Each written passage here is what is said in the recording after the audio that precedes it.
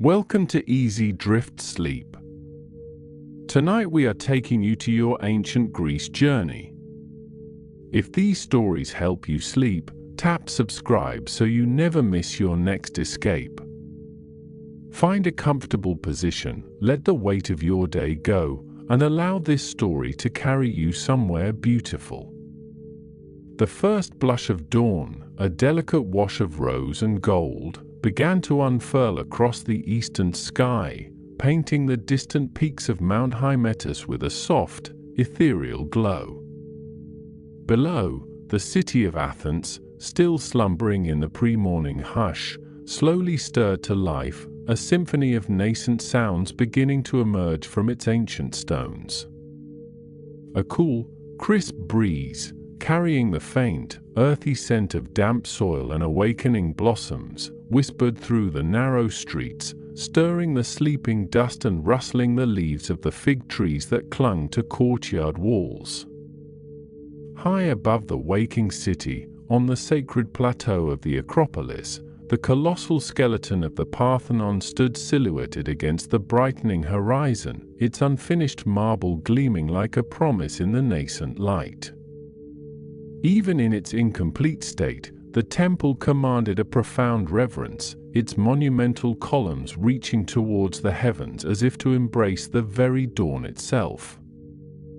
Already, a rhythmic, resonant clink clink clink began to echo across the plateau, the industrious sound of hammers meeting chisels, a testament to the tireless dedication of the craftsmen who labored to bring Pericles' grand vision to life.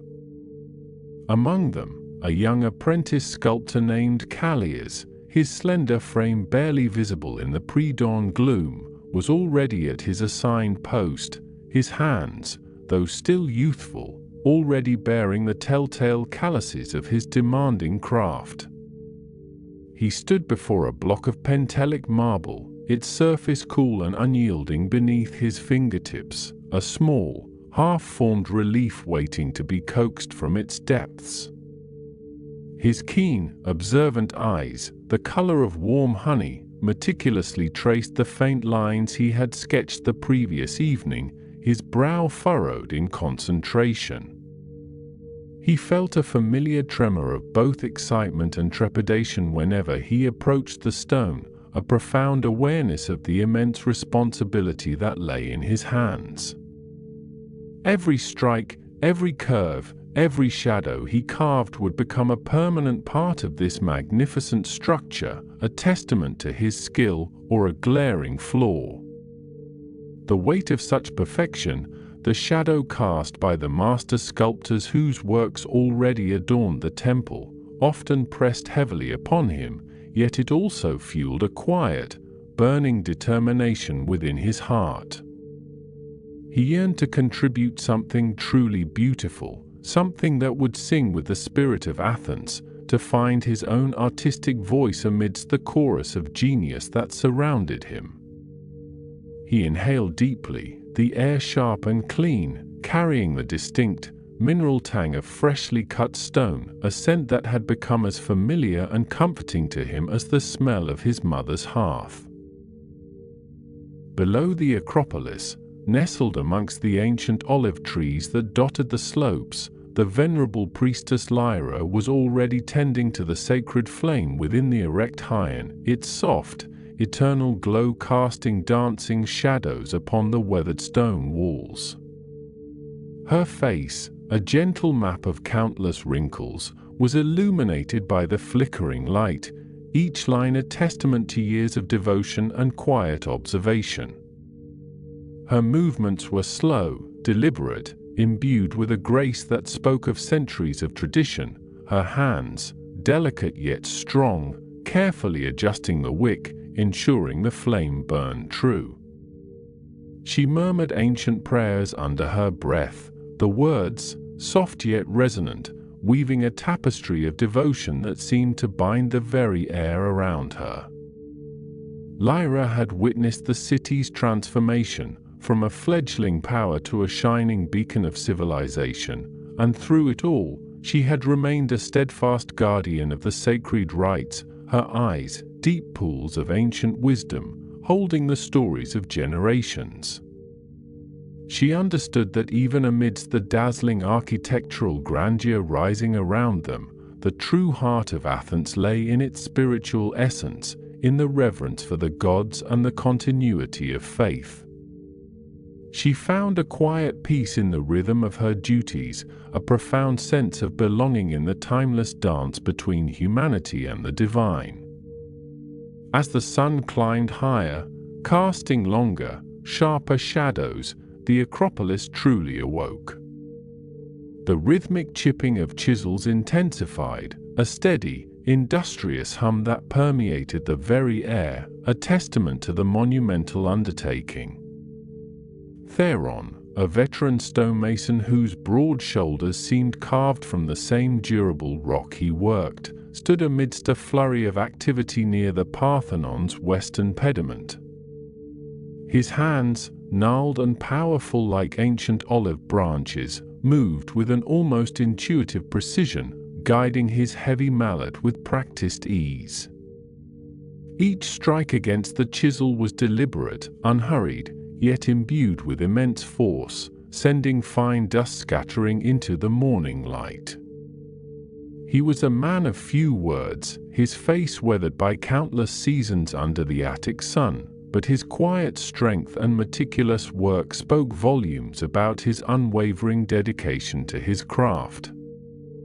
He had spent a lifetime shaping stone, from the rough-hewn blocks quarried from Pentelicon to the intricate carvings that would adorn the temples, and he took immense pride in the legacy he was helping to build, a legacy that would endure for millennia. He felt the familiar ache in his joints, the physical toll of decades of labor, but it was a comfortable ache, a testament to a life well spent, a life dedicated to the creation of beauty. He often paused, wiping the sweat from his brow with the back of his hand, to gaze at the raw, unblemished marble, seeing not just stone, but the potential for divine form, for eternal art. He found a quiet satisfaction in the transformation, in the way a rough block could be coaxed into a fluted column or a graceful drapery, and he knew that his hands, though calloused and worn, were part of a grander, enduring purpose. Miles away, where the cerulean waters of the Aegean Sea met the rugged coastline, Demetrius, a sailor and trader whose skin was bronzed by countless suns and whose eyes constantly scanned the horizon, was preparing his trireme for its next voyage. The morning light glinted off the polished wood of his vessel, its sails, still furled, awaiting the command to unfurl and catch the wind. He moved with an agile grace, his bare feet accustomed to the rocking deck, his hearty laugh echoing across the quiet harbor as he bantered with his crew. Demetrius possessed a restless spirit, a deep love for the open sea that called to him with an irresistible siren song. He thrived on the adventure of connecting Athens with distant lands, of bringing exotic goods and new ideas back to his beloved city. He checked the ropes, tested the rigging, his mind already charting the course, anticipating the unpredictable nature of the sea, the challenges of trade, and the thrill of discovery. He yearned for both the boundless freedom of the waves and the comforting familiarity of home, a paradox that defined his very existence. He inhaled the salty air, the scent of brine and distant lands filling his lungs, a profound peace settling over him as he gazed out at the vast, shimmering expanse of the Aegean, knowing that beneath its surface lay both peril and promise, and that he, Demetrius, was a vital thread in the intricate tapestry of its endless stories.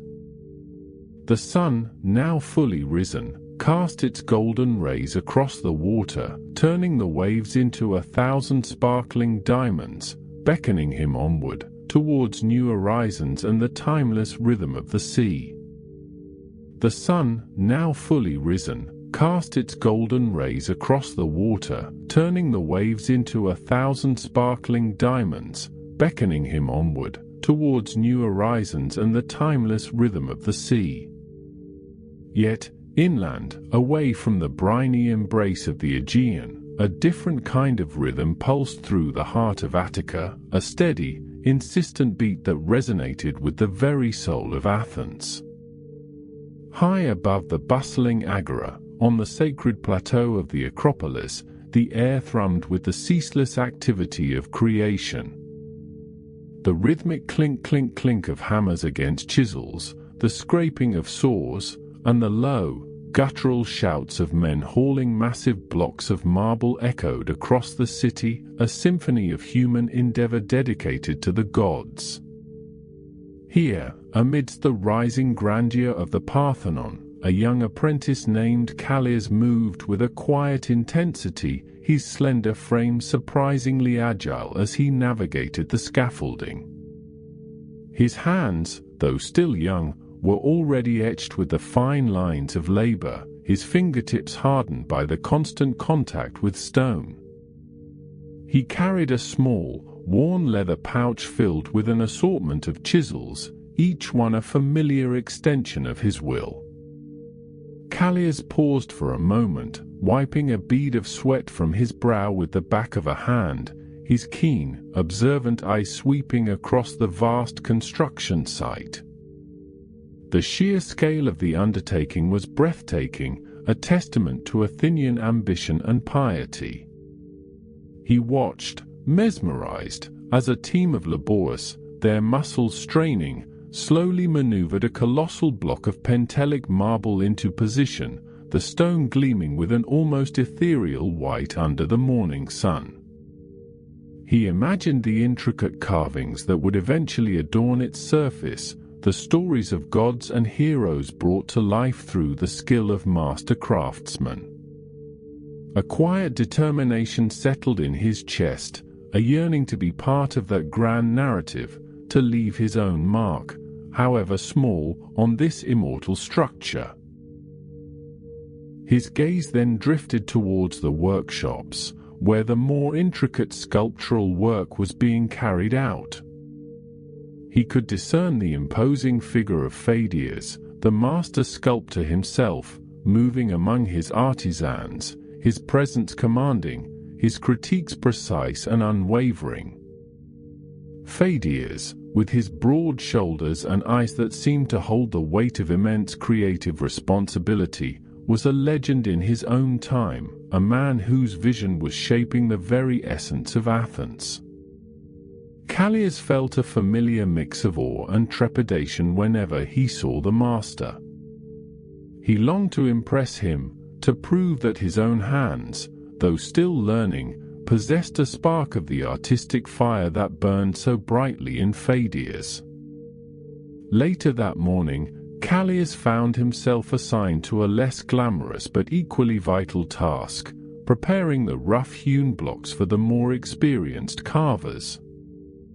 He worked diligently, his concentration absolute, focusing on the subtle grain of the marble, the way it yielded to his chisel, the faint, sweet scent of fresh stone filling his nostrils. He imagined the forms hidden within the rock, waiting to be liberated, and practiced the delicate balance of force and finesse required to bring them forth. His mind, however, often wandered to the more intricate friezes and metopes, the narratives of the Panathenaic procession and the battles of gods and giants that would soon adorn the temple. He would steal glances at the half-finished figures, studying the flow of drapery, the tension in a sculpted limb, absorbing every detail with an almost insatiable hunger. He knew the pressure was immense, not just on Phidias, but on every craftsman involved. The Parthenon was more than just a temple, it was a symbol of Athenian power, democracy, and artistic supremacy. Each chisel stroke, each carved detail, had to be perfect, reflecting the ideals of a golden age. This knowledge sometimes brought a tremor of self-doubt to Kallias's hands, a fleeting fear that he might not be good enough, that his artistic voice would remain forever muted in the shadow of such titans. Yet, the sheer beauty of the material, the profound satisfaction of shaping it, always pulled him back, anchoring him in the present moment, reminding him of the quiet dignity of his labor. Far from the clamor of the Acropolis, nestled amidst the silver-green expanse of Attica's olive groves, Ilara moved with a different kind of purpose. The air here was softer, filled with the warm, earthy scent of sun-baked soil and the distinct, slightly peppery aroma of olive leaves. Her hair, the color of sun-ripened olives, caught the light as she knelt, not to gather fallen fruit, but to meticulously sketch a tiny, unassuming plant growing at the base of an ancient tree. Her father, a respected olive oil merchant, expected her to be learning the intricacies of trade, the delicate art of pressing and preserving the precious liquid that was the lifeblood of their family. But Ilara's spirit yearned for a different kind of knowledge, a deeper understanding of the natural world that surrounded her. Her small, leather-bound notebook was filled with intricate drawings of leaves, blossoms, and roots, each labeled with observations in her neat, precise script. She had a particular fascination with the olive tree itself, an almost sacred reverence for its enduring strength and generosity. She had spent countless hours listening to the stories of the older women in the village, tales of the tree's ancient wisdom, its medicinal properties, and its connection to the very identity of Athens. She sought to understand not just how the tree grew, but why it thrived, what secrets it held within its gnarled branches and deep roots. Today, she was studying a delicate wild cyclamen, its petals a vibrant magenta against the muted greens and browns of the grove floor. She noted the subtle variations in its leaves, the way its stem curled, the tiny seeds nestled within its heart. She imagined its journey from seed to flower, its silent struggle for life, and felt a profound connection to its resilience. This quiet study, far from the watchful eyes of her family, was her sanctuary, a place where her intellect could roam free, unburdened by the societal expectations placed upon a young woman of her standing. Ilara often ventured further into the groves, sometimes even towards the foothills of Mount Hymettus, seeking out rare herbs and flowers. She had a small collection of dried specimens carefully pressed between the pages of an old scroll, each one a tiny treasure of knowledge.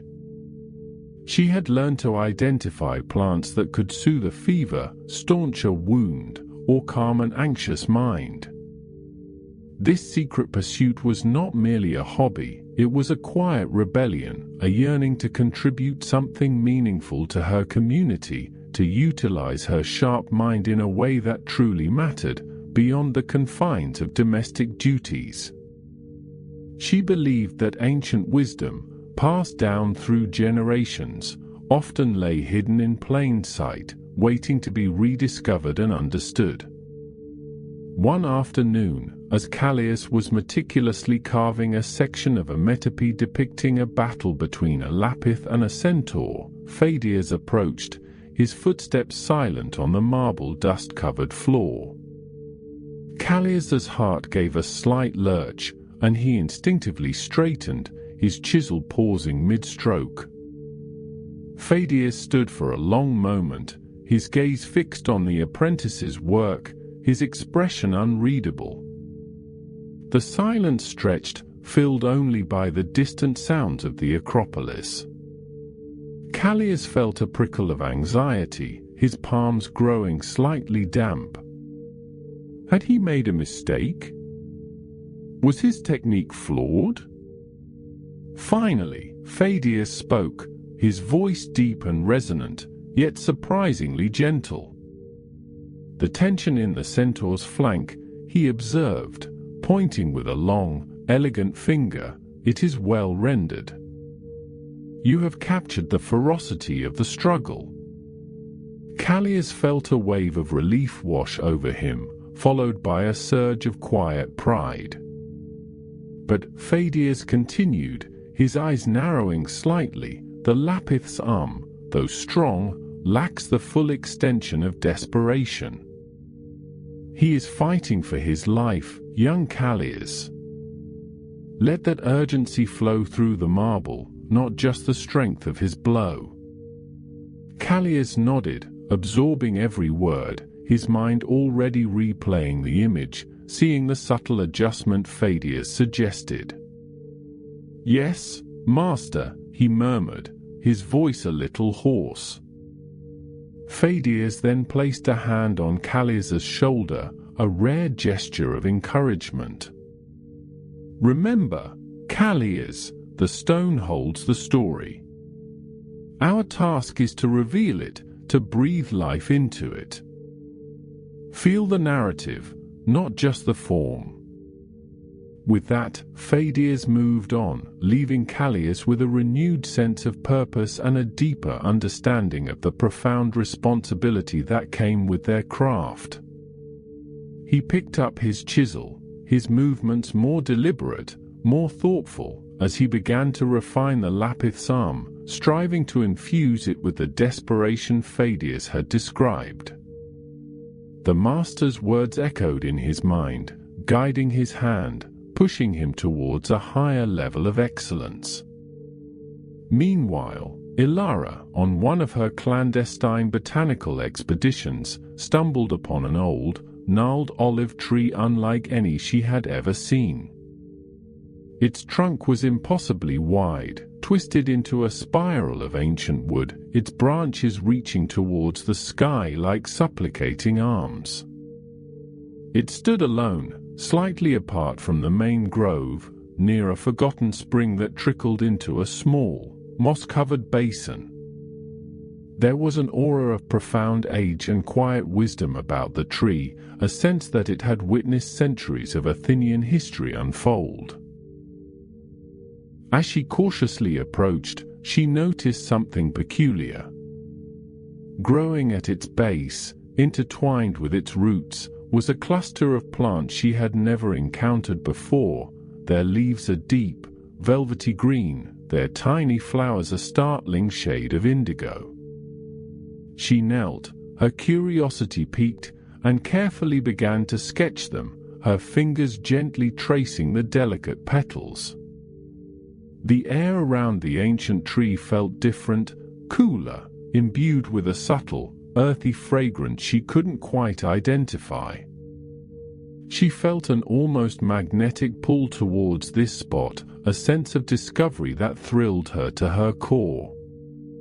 She spent hours there, meticulously documenting the new plant, observing the way the light filtered through the olive leaves, creating a dappled pattern on the forest floor. She wondered if this plant possessed unique properties, if it held a secret that had been lost to time. She imagined the ancient Greeks, their knowledge of flora far surpassing her own, perhaps having used this very plant for healing or ritual. This was the kind of knowledge she craved, the kind that connected humanity to the land, to the cycles of nature, to the wisdom of generations past. As the sun began its slow descent, casting long shadows across the grove, Ilara gathered her sketches and specimens, a quiet excitement bubbling within her. She knew she would return to this ancient olive tree, to unravel its secrets and the secrets of the indigo-flowered plant. Her journey was not one of grand pronouncements or public accolades, but a quiet, persistent quest for understanding, a dedication to the interconnectedness of all living things. She felt a growing appreciation for the delicate balance of nature, a balance that the Athenians, in their pursuit of civic and artistic glory, sometimes overlooked.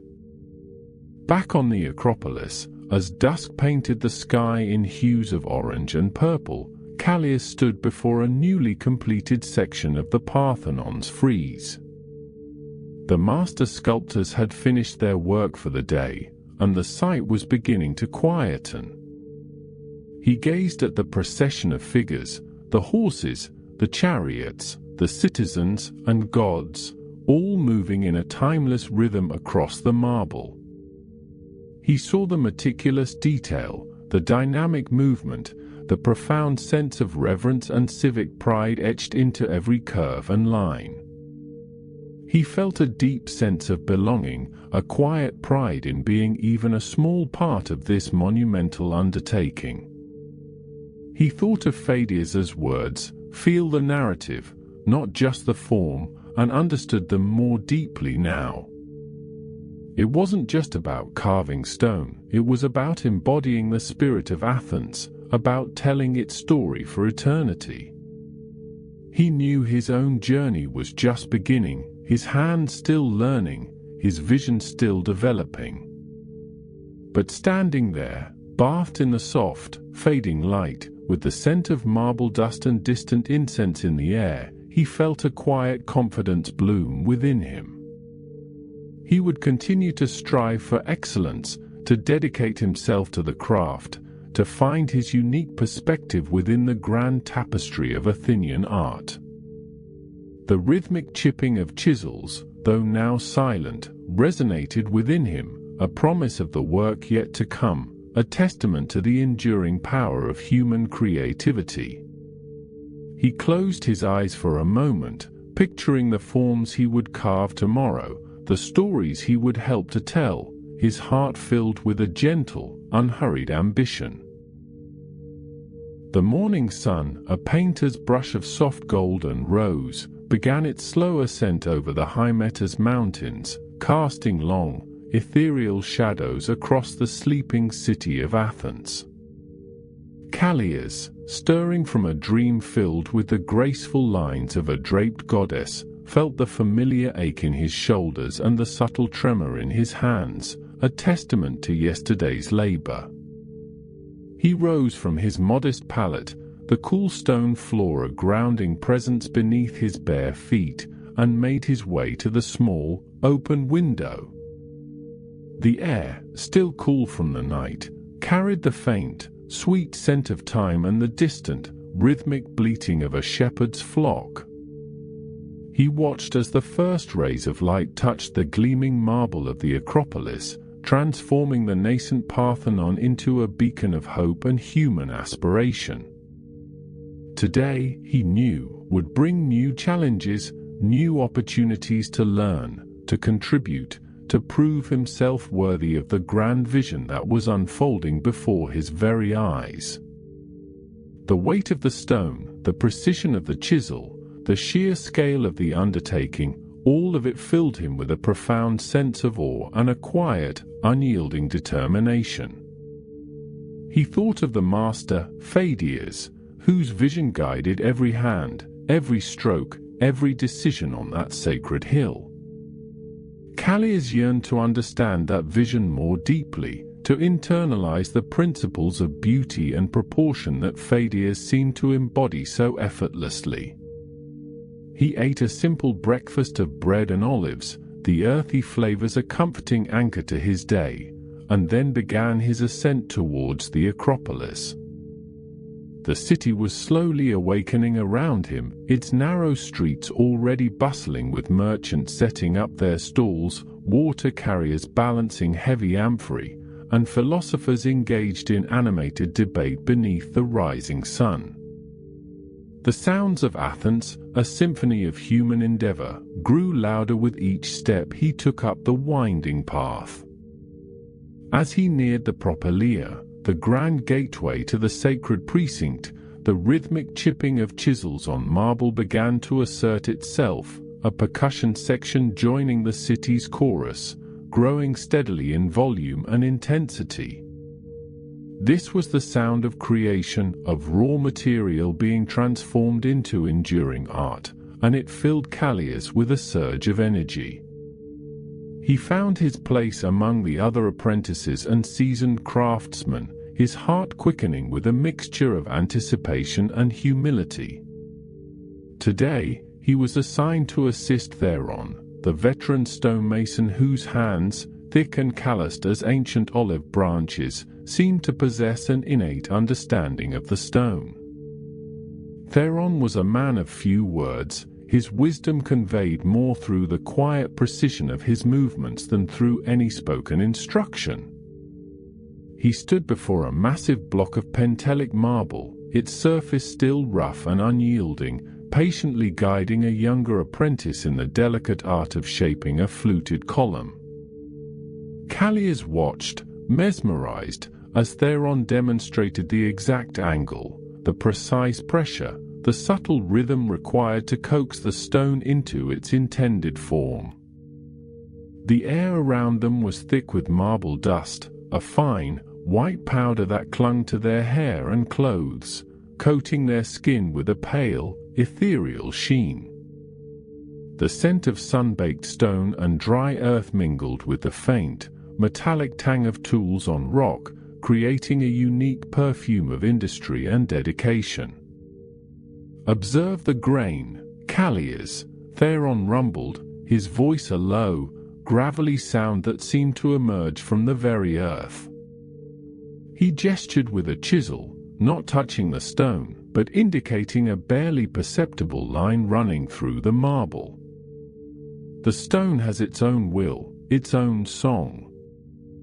We do not force it, we listen, and we guide." Kallias nodded, his keen eyes fixed on the master's hands. He picked up a smaller chisel, its weight familiar and comforting, and began to practice on a discarded piece of marble, mimicking Theron's measured strokes. He felt the subtle vibrations travel up his arm, the resistance of the stone, the moment of release as a sliver of marble detached itself. It was a dance between strength and surrender, a conversation between artist and material. He understood then that true mastery was not about brute force, but about a profound respect for the medium, an intimate knowledge of its strengths and its limitations. Later that afternoon, Pheidias himself walked among the workers, his imposing figure casting a long shadow across the sun-drenched marble. His presence was like a sudden hush, a moment of collective reverence. He moved with a quiet authority, his eyes, sharp and discerning, missing nothing. Kallias felt a thrill of nervous energy as Pheidias paused near their section, his gaze sweeping over the nascent column. "Theron," Pheidias said, his voice deep and resonant, carrying effortlessly above the din, "the progress here is commendable. The fluting on the north face must be impeccable, it will catch the morning light in a particular way." Theron simply nodded, his weathered face impassive, but Kallias could sense the quiet pride that radiated from the old stonemason. Pheidias's eyes then flickered to Kallias, a brief, assessing glance that seemed to penetrate his very soul. Kallias felt a blush creep up his neck, a mixture of apprehension and a fervent desire to be seen, to be acknowledged. "Kallias," Pheidias stated, his voice softer now, less commanding. "I have seen your sketches. Your eye for form is developing. Remember, the gods are not merely carved, they are revealed from within the stone. Seek the divine essence, not just the outer shell." The words, though few, resonated deeply within Kallias. Revealed from within the stone. It was a profound insight, a challenge to look beyond the surface, to connect with something deeper, more spiritual, in his art.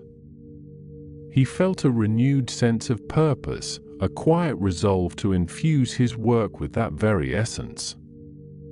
Pheidias moved on, his attention drawn to another section, but his words lingered, a seed planted in Kallias's fertile mind. As the sun began its slow descent, painting the sky in hues of fiery orange and deep violet, Kallias made his way down from the Acropolis, his body tired but his spirit invigorated. The rhythmic chipping of chisels had faded into the background, replaced by the gentle murmur of the evening city. He decided to take a longer route home, winding through the ancient olive groves that dotted the hillsides of Attica. The air in the groves was cooler, imbued with the earthy scent of the ancient trees and the subtle, peppery aroma of their leaves. The silver-green foliage rustled softly in the gentle Attican breeze, a whispering symphony that seemed to carry the wisdom of centuries. Kallias ran his hand over the gnarled bark of an ancient olive tree, its trunk twisted and scarred by time, a testament to resilience and endurance. He thought of the Parthenon, still under construction, and how it too would stand for centuries, a monument to human ingenuity and devotion. He reached a small, secluded clearing where a gnarled olive tree, older and more majestic than any he had ever seen, stood sentinel. Beneath its sprawling branches, Lyra, the elderly priestess of Athena, sat on a smooth, worn stone. Her face, a map of gentle wrinkles, was illuminated by the soft, fading light, and her eyes, though ancient, held a spark of profound wisdom. She was weaving a garland of olive leaves and wild cyclamen, her movement slow and deliberate, each leaf placed with reverent care. Kallias approached respectfully, bowing his head. "Good evening, Priestess Lyra." Lyra looked up, her gaze soft yet penetrating. "Kallias, my child. The dust of the Acropolis clings to you, a mark of your dedication." Her voice was soft, yet resonant, like a low, harmonious hum. "Come, sit with me for a while. The evening air here carries ancient whispers." He sat beside her, feeling the cool, smooth stone beneath him, the scent of the olive leaves and the delicate cyclamen filling his senses. He watched her nimble fingers, still strong despite her age, as she continued her weaving. "You carry the weight of creation on your young shoulders," Lyra observed, her eyes fixed on her work. "The Parthenon rises, a marvel of human hands, a tribute to our glorious Athena. But remember, Kallias, true beauty is not just in the perfect form, but in the spirit that breathes life into it. The stone is but a vessel." Kallias nodded slowly, recalling Pheidias' words about revealing the divine essence. Master Pheidias spoke of revealing the gods from within the stone. "I seek to understand this more deeply, priestess." Lyra smiled, a gentle, knowing curve of her lips. "The gods are not distant beings, Kallias. They are within the rustle of these leaves, in the strength of this ancient tree, in the light that bathes our city, and in the very breath that fills your lungs. When you carve, you are not merely shaping marble, you are channeling the divine energy that surrounds us all. You are a conduit." She paused, her gaze drifting towards the distant Aegean, now a deep, shimmering indigo under the twilight sky. "The Parthenon will stand as a testament to our ingenuity, yes. But it is also a prayer in stone, a silent offering. Each chisel stroke, each polished surface, carries the intention of the artisan, the devotion of the city. Do not forget the sacred purpose amidst the pursuit of perfection." Her words were a balm to Kallias' spirit, a grounding force that connected his strenuous labor to something far greater, something eternal. He thought of the countless hours he spent meticulously shaping stone, the quiet dignity of Theron's labor, the immense vision of Pheidias. It was all interconnected, a grand tapestry woven with threads of human effort and divine inspiration. The olive tree, Lyra continued, her voice a soft murmur, it is a symbol of peace, of wisdom, of enduring life. It gives us sustenance, oil for our lamps, and its wood is strong and true.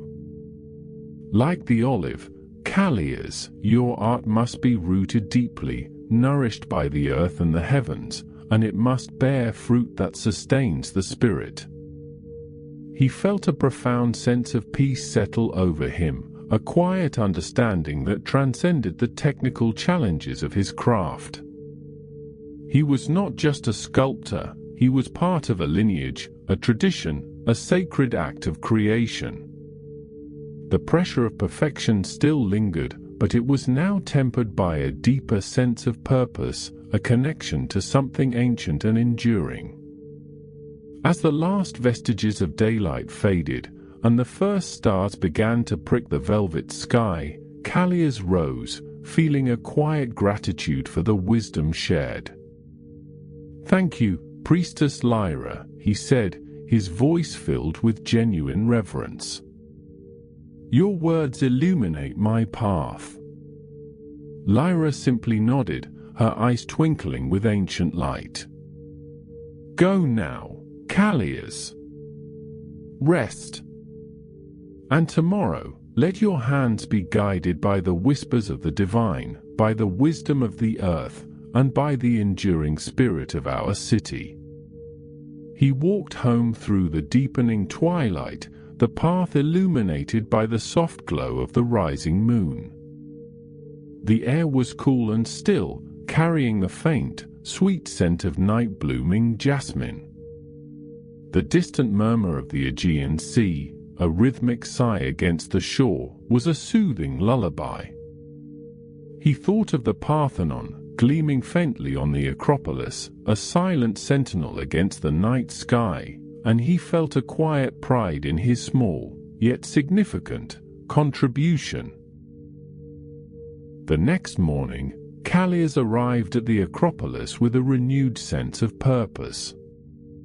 The rhythmic chipping of chisels was already in full swing, a symphony of creation that now sounded different to his ears. It was not just the sound of labor, but the sound of devotion, of prayer in stone. Theron, the veteran stonemason, greeted him with a rare, approving nod, sensing a subtle shift in the young apprentice's demeanor.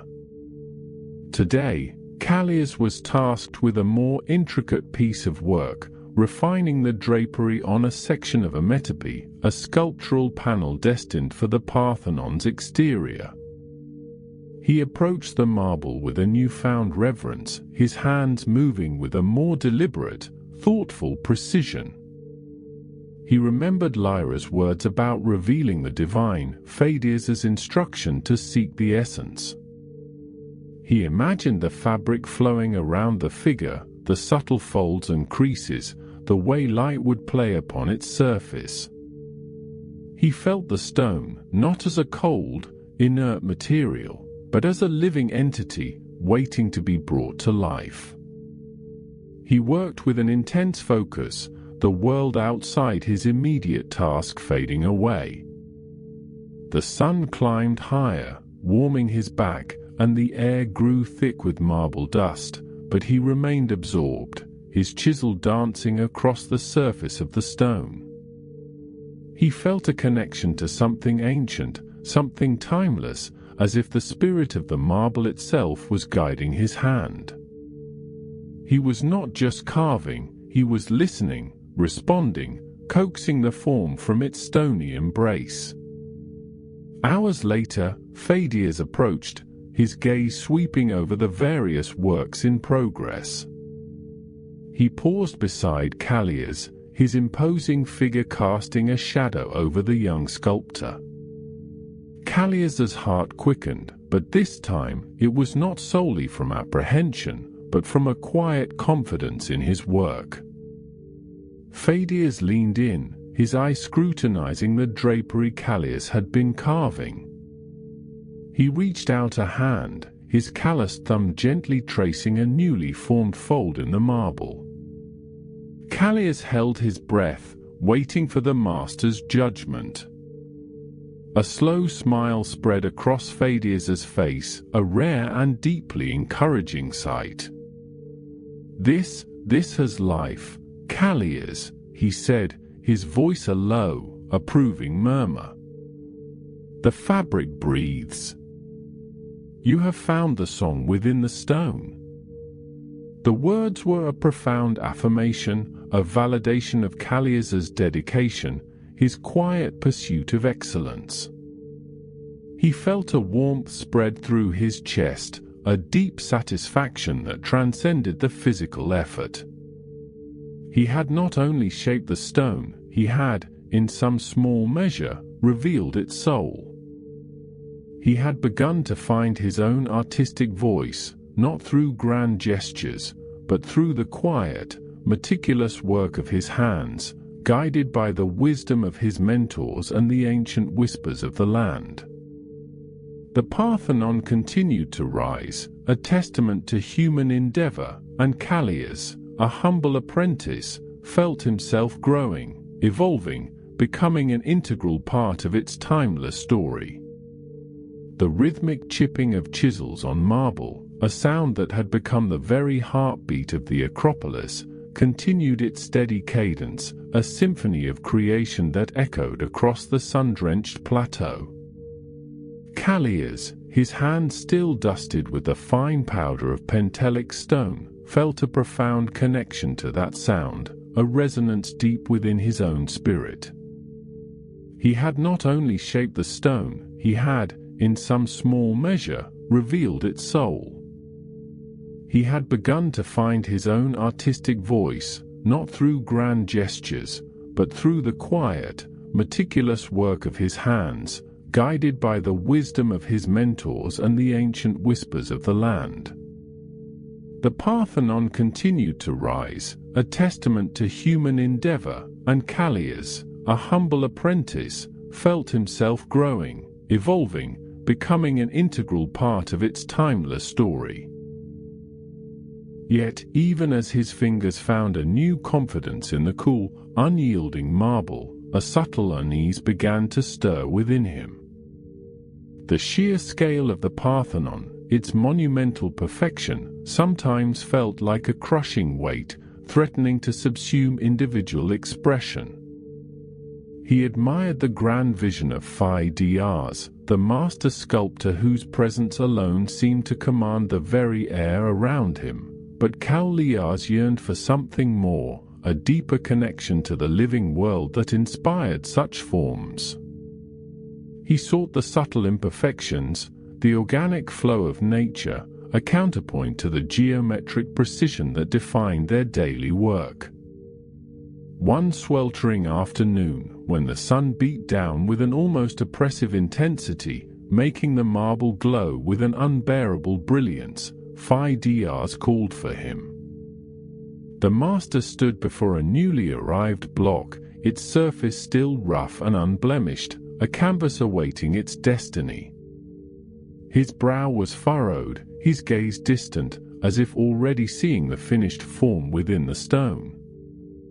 Kallias' voice was deep, resonant, carrying the weight of his authority, the metapiece for the Eastern frieze, depicting the gigantomachy, are progressing well.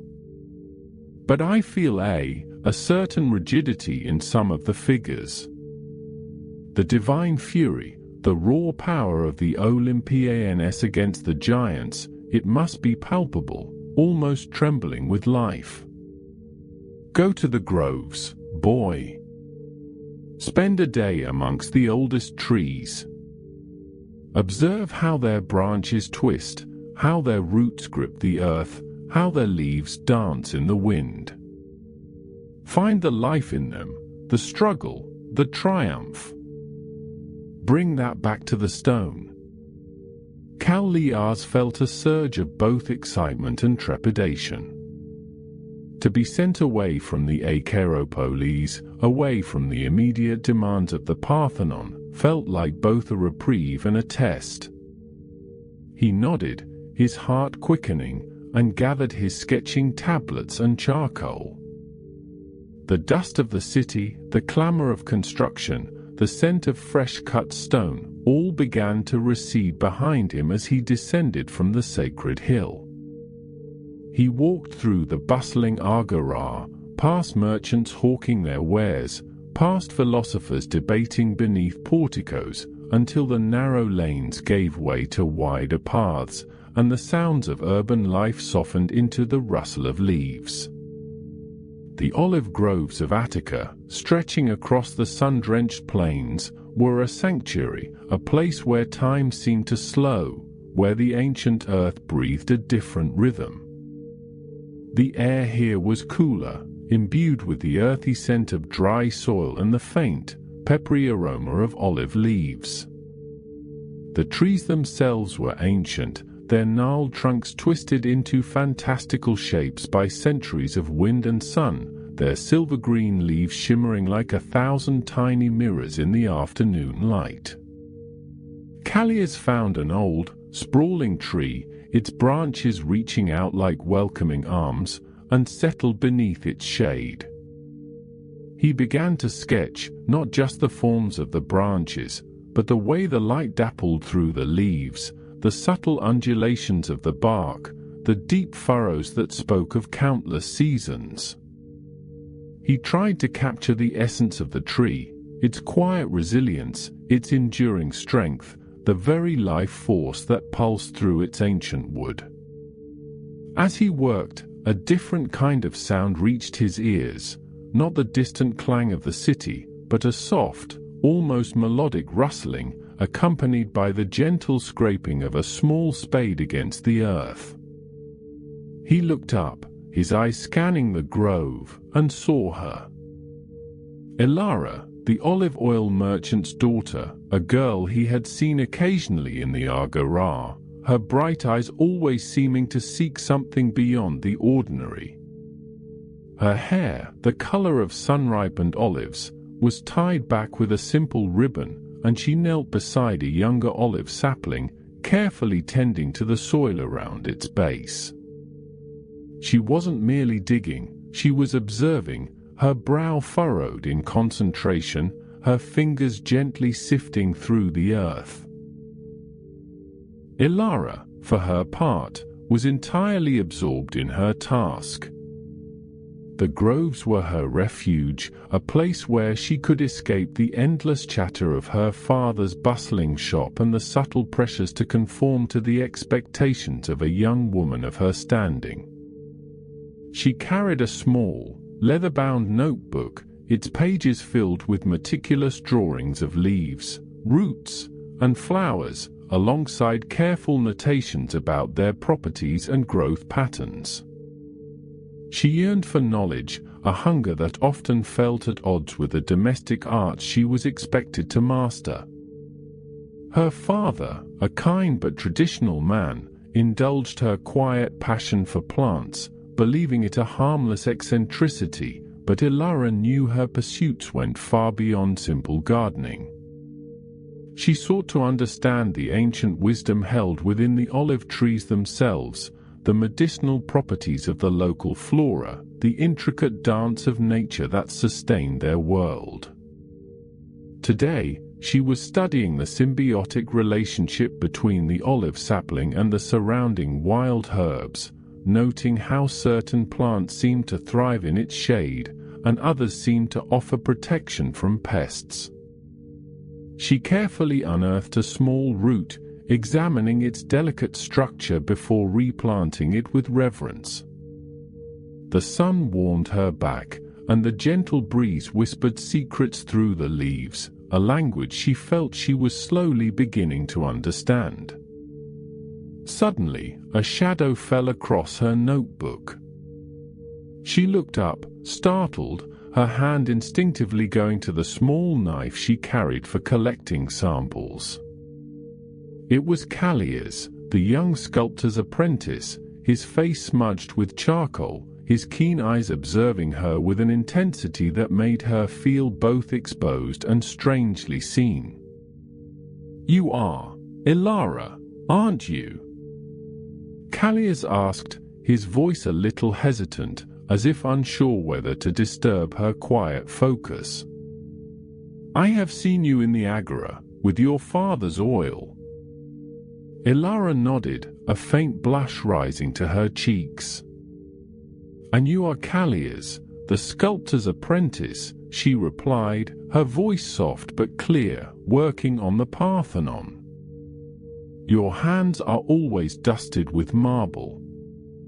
She gestured to his charcoal-stained fingers. "And now with earth." Kallias offered a small, self-conscious smile.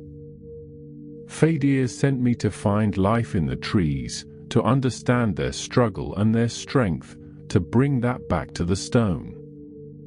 I saw you, and it seemed you were doing much the same, but with a different purpose." He gestured to her notebook. "What are you studying here?" Ilara hesitated, a flicker of apprehension in her eyes. Her botanical studies were a private world, often met with polite amusement or gentle admonishment from her family. But Kallias's gaze held genuine curiosity, not judgment. "I am learning," she began, her voice gaining confidence, "how the trees live, how they endure, how they draw strength from the earth and the sun, and how they give back. The olive, especially, holds so much wisdom. Its oil sustains us, its wood provides warmth, its leaves, I believe, hold remedies." She pointed to a small, thorny bush nearby. "This, for instance, grows often near the olive. Its roots seem to enrich the soil, and its berries, when dried, can soothe a fever." Kallias knelt beside her, his artistic eye immediately drawn to the intricate patterns she had sketched. "You see the life within them, not just their form," he murmured, a new understanding dawning on him. "I am trying to capture the power, the dynamism, for the Gigantomachy frieze. Fadir wants the gods to feel alive, not merely carved. He wants their fury to be palpable, like a storm in the branches of an ancient tree." Ilara looked at his sketches, her own eyes widening slightly. His lines were bold, expressive, capturing the gnarled resilience of the olive trunks with an almost visceral energy. "The trees do struggle," she mused, "against the wind, against the dry earth, against time itself. But they do not break. They bend, they twist, they endure. Perhaps that is the strength you seek. Not a rigid, unyielding power, but one that adapts, that finds its way through adversity, like a root finding water in stone." Her words resonated deeply within Kallias. He had been focusing on the outward expression of power, the muscular tension, the dramatic pose. But Ilara spoke of an inner strength, a resilience born of adaptation and endurance, a concept far more profound. He spent the rest of the afternoon with her, sketching as she explained the subtle nuances of the grove, the way the wind shaped the canopy, the way the light nurtured the growth, the quiet interconnectedness of all living things. He learned about the different varieties of olives, their subtle differences in leaf and fruit, their ancient lineage stretching back through generations. He felt a shift within his own perception, a softening of his artistic focus, a new appreciation for the organic flow of life.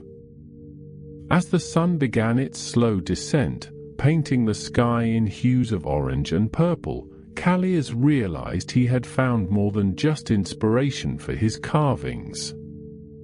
He had found a kindred spirit, someone who saw the world with a similar depth of observation, albeit through a different lens. He felt a quiet triumph, not just for the artistic insights he had gained, but for the unexpected connection he had forged.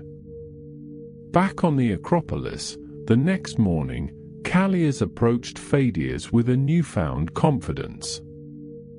He presented his sketches, not just of the trees, but of the feeling he had gleaned from them, the sense of enduring struggle, of dynamic resilience.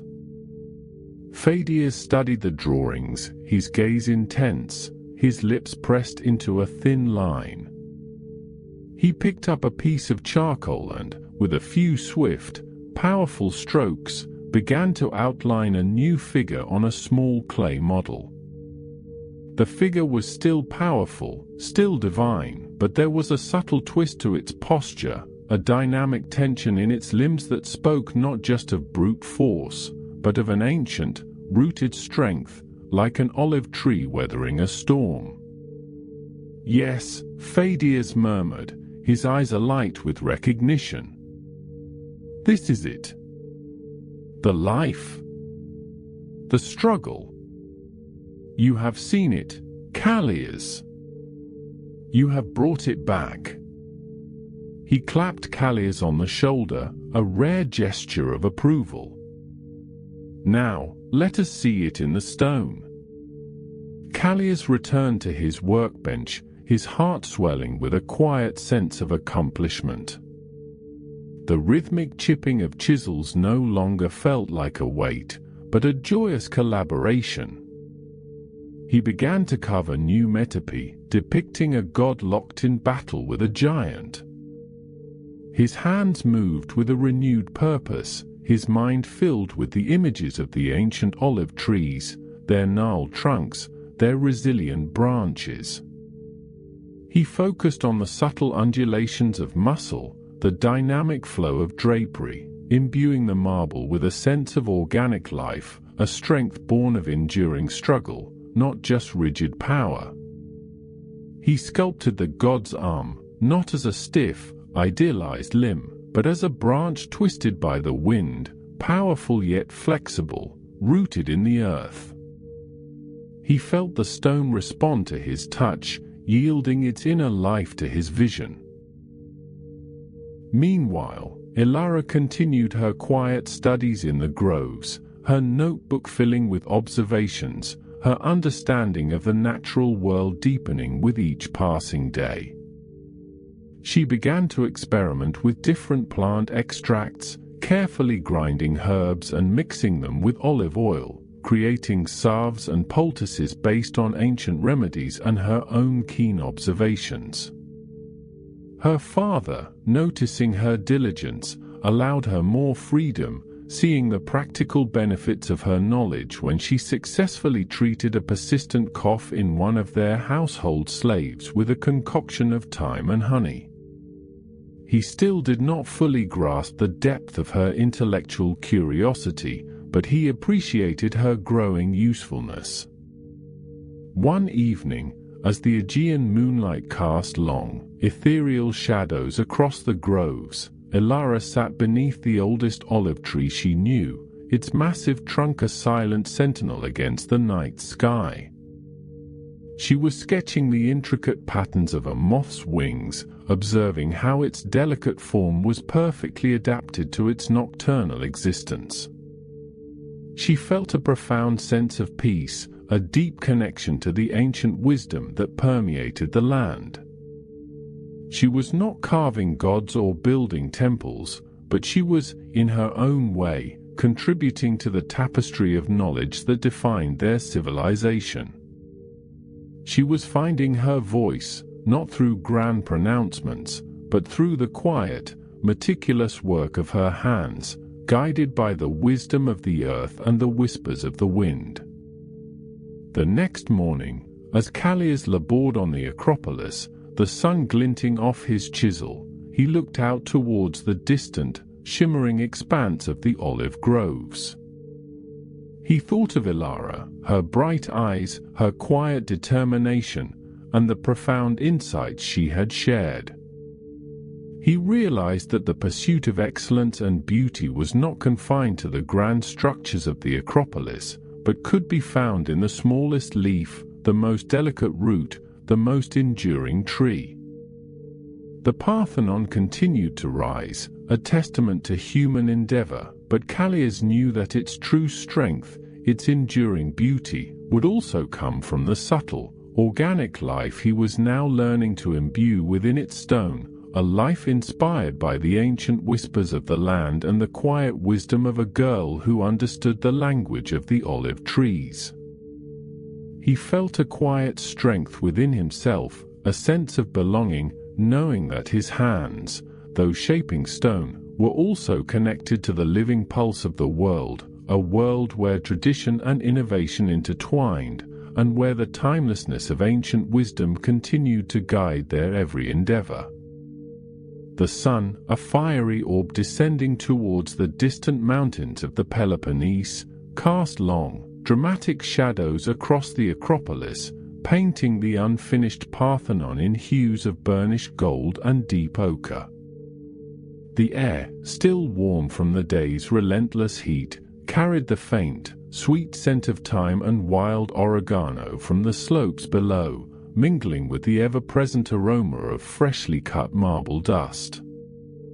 Kallias, his tunic clinging damply to his back, stood before the nearly completed metope, his tools laid out meticulously on a rough-hewn wooden bench beside him. His hands, though tired, still hummed with a restless energy, a quiet anticipation that had been building within him for weeks, perhaps even months. He had spent countless hours with this particular block of Pentelic marble, coaxing forth the form of a centaur in fierce, dynamic struggle with a Lapith warrior. It was a scene of raw power and primal conflict, yet Kallias had striven to imbue it with a deeper narrative, a subtle grace in the warrior's stance, a flicker of tragic understanding in the centaur's wild eyes. He recalled the countless evenings spent sketching by the flickering lamplight in his small workshop, the discussions with Theron about the grain of the stone, the way light would play upon a certain curve, and the even more profound conversations with Pheidias, who had, in his own enigmatic way, guided Kallias not just in technique, but in vision. Pheidias, a man whose presence could fill any space, had often spoken of the ethos of the work, the spirit that must animate the cold stone. He had urged Kallias to look beyond mere representation, to find the soul of the narrative, to understand the deeper meaning of the struggle, the triumph, the sacrifice. Kallias remembered one particular afternoon, weeks ago, when Pheidias had stood beside him, his gaze sweeping over the nascent forms.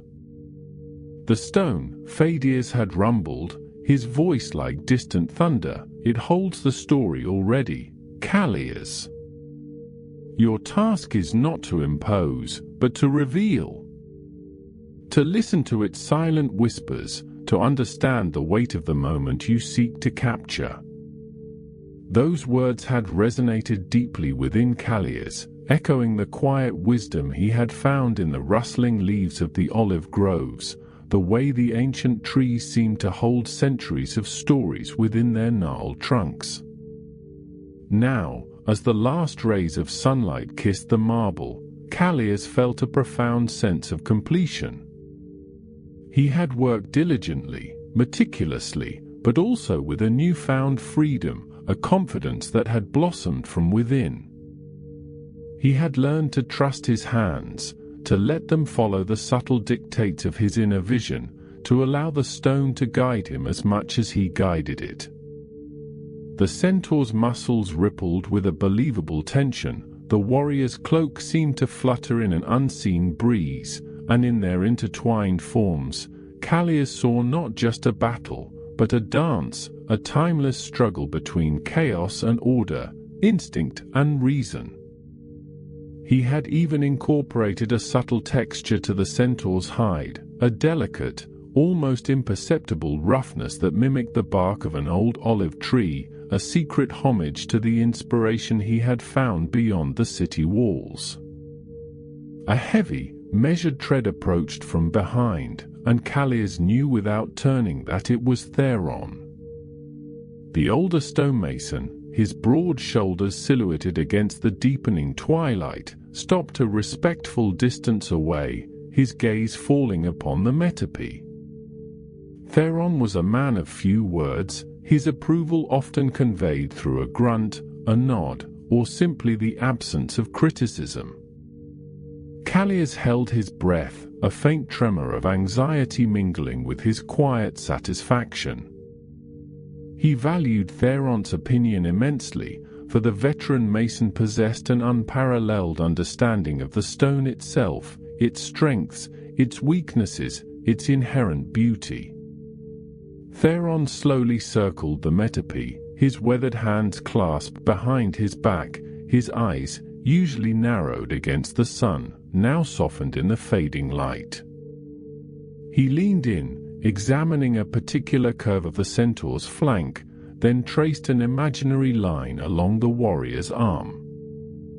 The silence stretched, filled only by the distant calls of gulls returning to the sea and the faint, rhythmic clang of a distant hammer from a workshop still toiling below.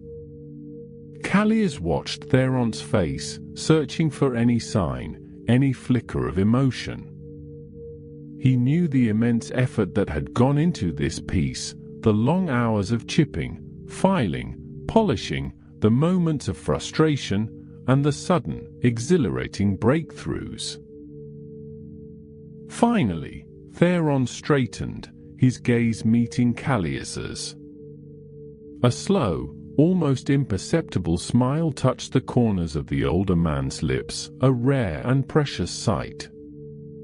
"The grain," Theron rumbled, his voice a low gravel, "you have honored it. You have made it sing." He paused, then added, his eyes returning to the centaur's form, "It breathes, Kallias. It truly breathes." The words, simple yet profound, washed over Kallias like a cool, refreshing wave. It was the highest praise Theron could offer, a recognition not just of technical skill, but of the very life Kallias had managed to infuse into the inert stone. A warmth spread through Kallias's chest, a feeling of deep, quiet accomplishment that settled comfortably within him. Just then, another figure emerged from the shadows of the scaffolding, a towering presence that commanded immediate attention.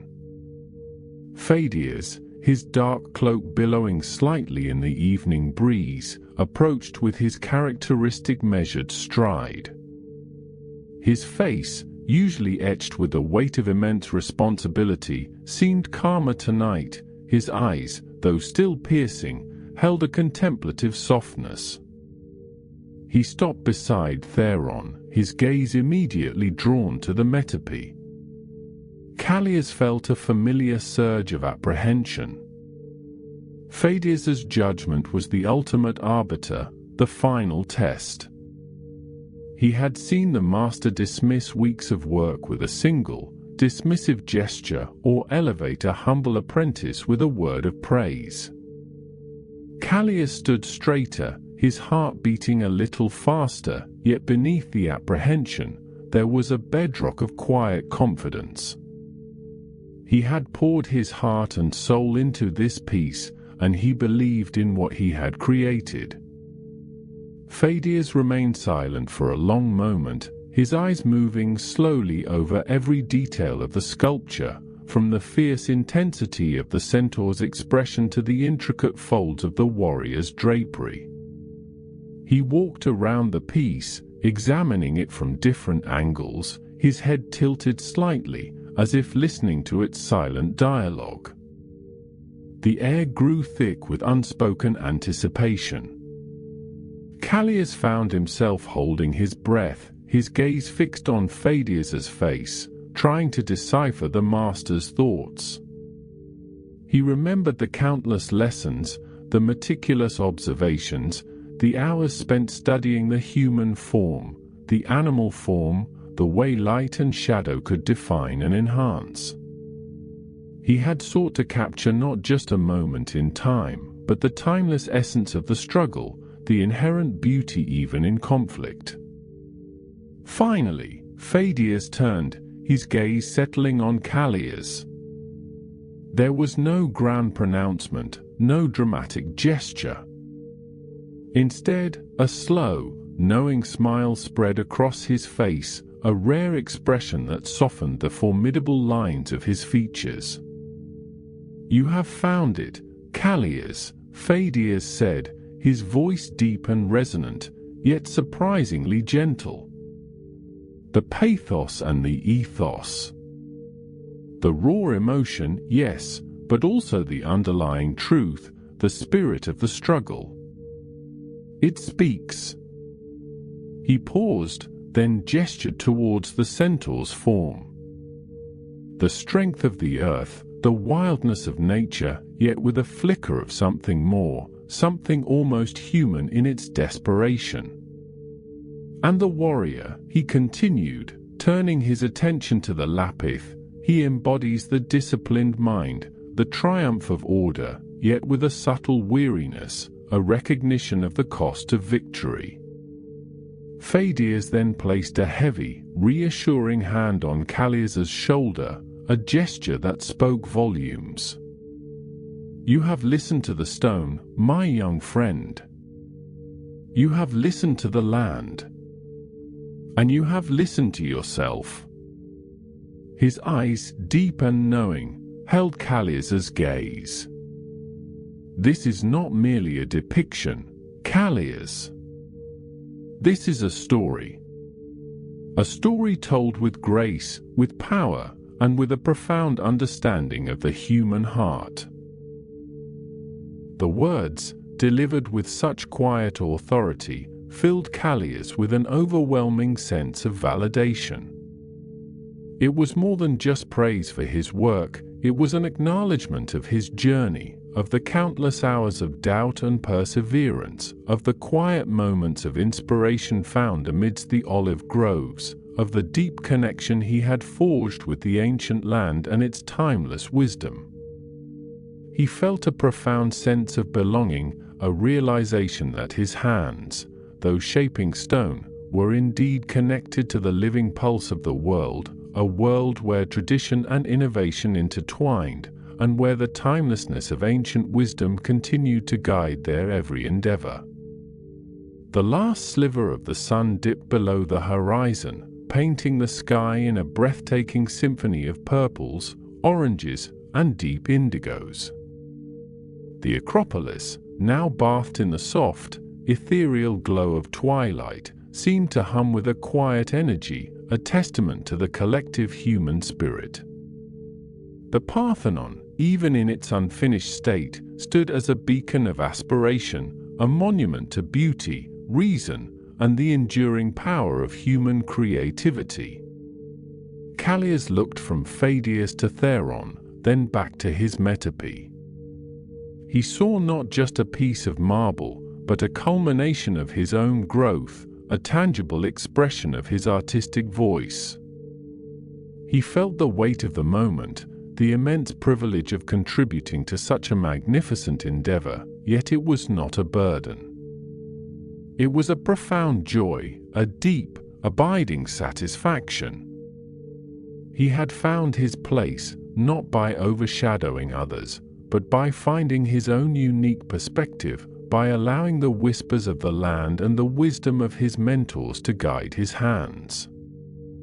As the first stars began to prick the darkening sky, Pheidias turned, his gaze sweeping across the vast expanse of the city below, now twinkling with the soft glow of oil lamps. "Tomorrow," he said, his voice carrying a note of quiet triumph, "we begin the preparations for its placement." Another piece of the story, Kallias, etched forever into the fabric of Athens. Kallias nodded, a peaceful smile gracing his lips. He imagined the metope, high on the frieze, catching the morning sun, telling its silent story to generations yet unborn. He thought of the girl in the olive grove, her quiet understanding of the earth's rhythm, and knew that a part of that ancient wisdom, that connection to the living world, was now embedded within the cold, hard marble.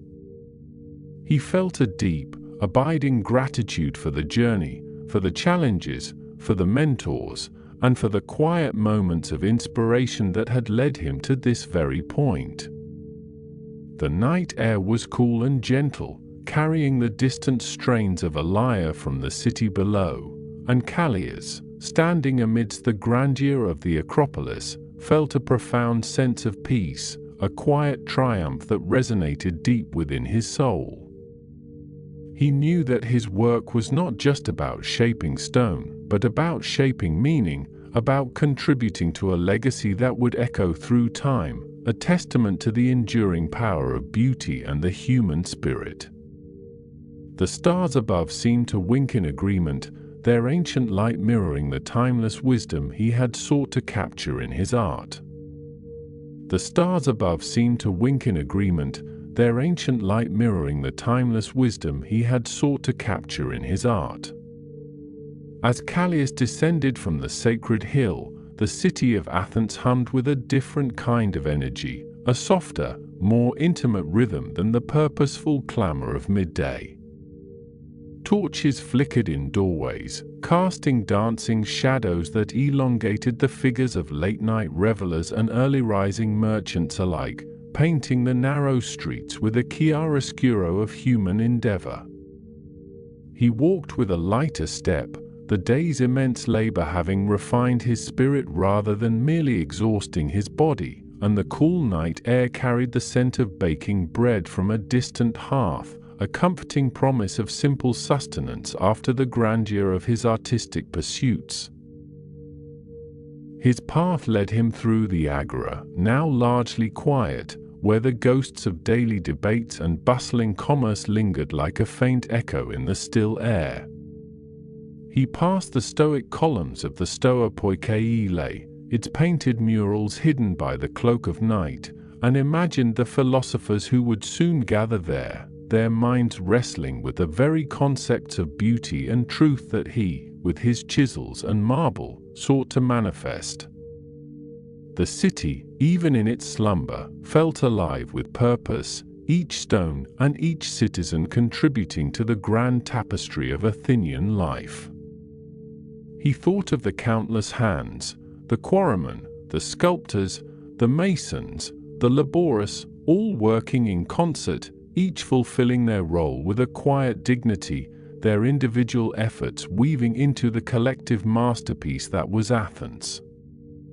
This interconnectedness, he mused, was the true strength of their polis, a shared dedication to a vision that transcended any single lifetime. Reaching his modest home, nestled among other similar dwellings on a quiet side street, Kallias found a simple meal awaiting him: olives cured in brine, fresh bread, and a small amphora of wine. He ate slowly, savoring each bite, his thoughts drifting from the intricate carvings of the Parthenon to the simpler, yet no less profound, beauty of the world around him. The quiet solitude of his evening allowed him to process the day's achievements, to internalize the sense of purpose that fueled his craft. He felt a deep gratitude for the opportunity to contribute to such a monumental undertaking, to leave a mark not just on stone, but on the very fabric of human aspiration. The pursuit of excellence, he realized, was not a solitary journey but a shared endeavor, a continuous dialogue between the past, the present, and the future. As the first hints of dawn painted the eastern sky with hues of rose and gold, Kallias was already awake, his mind refreshed and ready for another day. He made his way to the Piraeus, the bustling port of Athens, a place where the city's heart beat with a different rhythm, one driven by the ebb and flow of the Aegean Sea. The air here was thick with the scent of salt, tar, and exotic spices, a stark contrast to the earthy aroma of the Acropolis. Ships of all sizes, their masts reaching like skeletal fingers towards the heavens, lined the docks, their hulls laden with goods from distant lands or preparing for voyages into the unknown. The cacophony of voices, merchants haggling, sailors shouting commands, the creak of ropes and the splash of waves, created a vibrant symphony of commerce and adventure.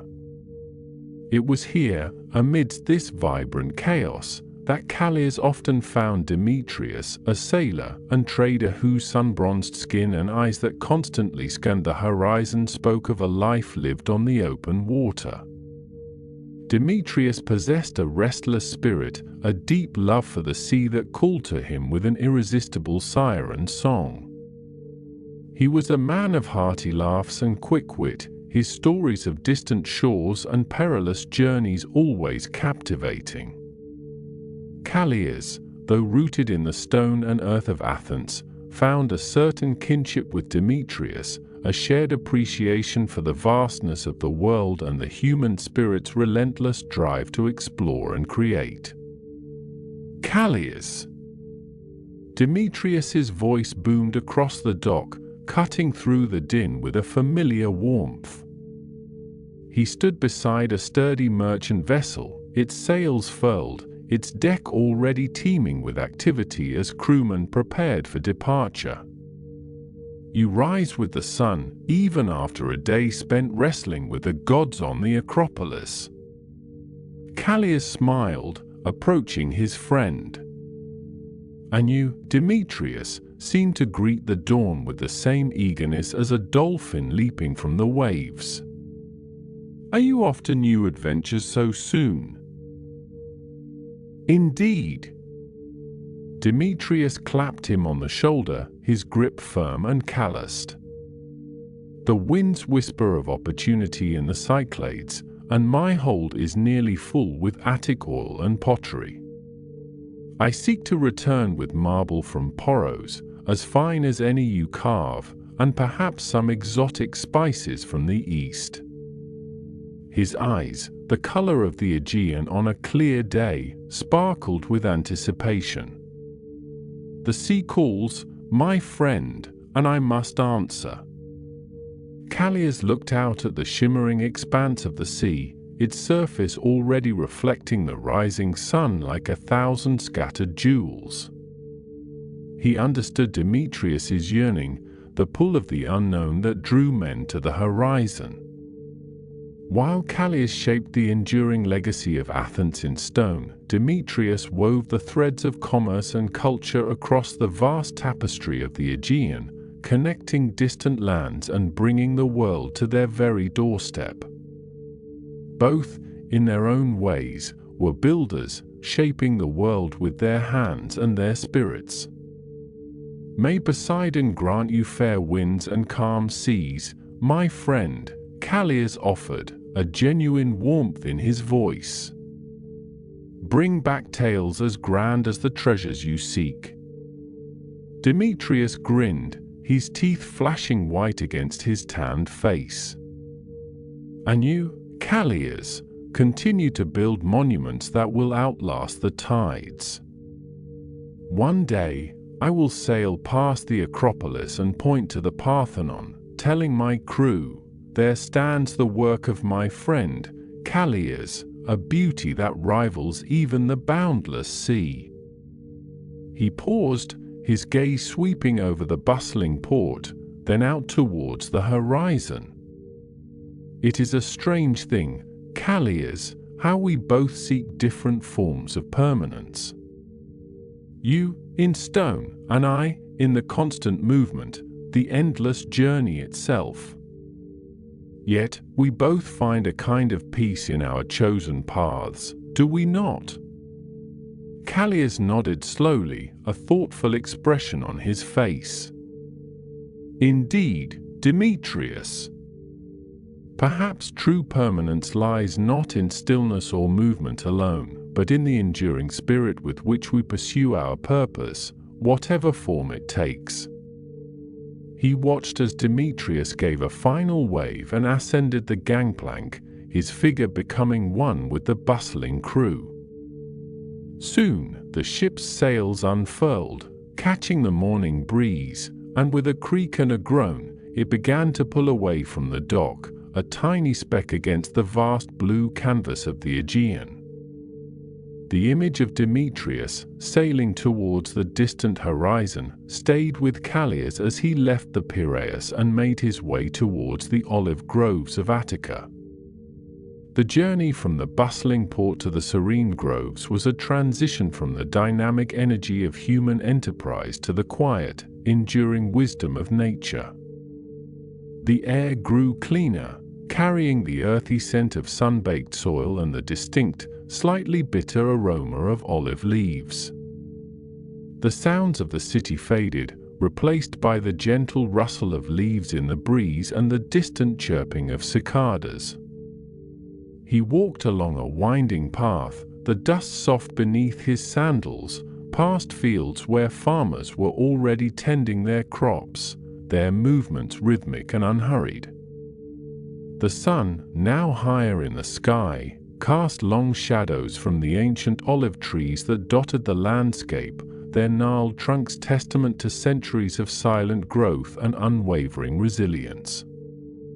These trees, sacred to Athena, were more than just a source of sustenance, they were symbols of peace, prosperity, and the enduring connection between humanity and nature.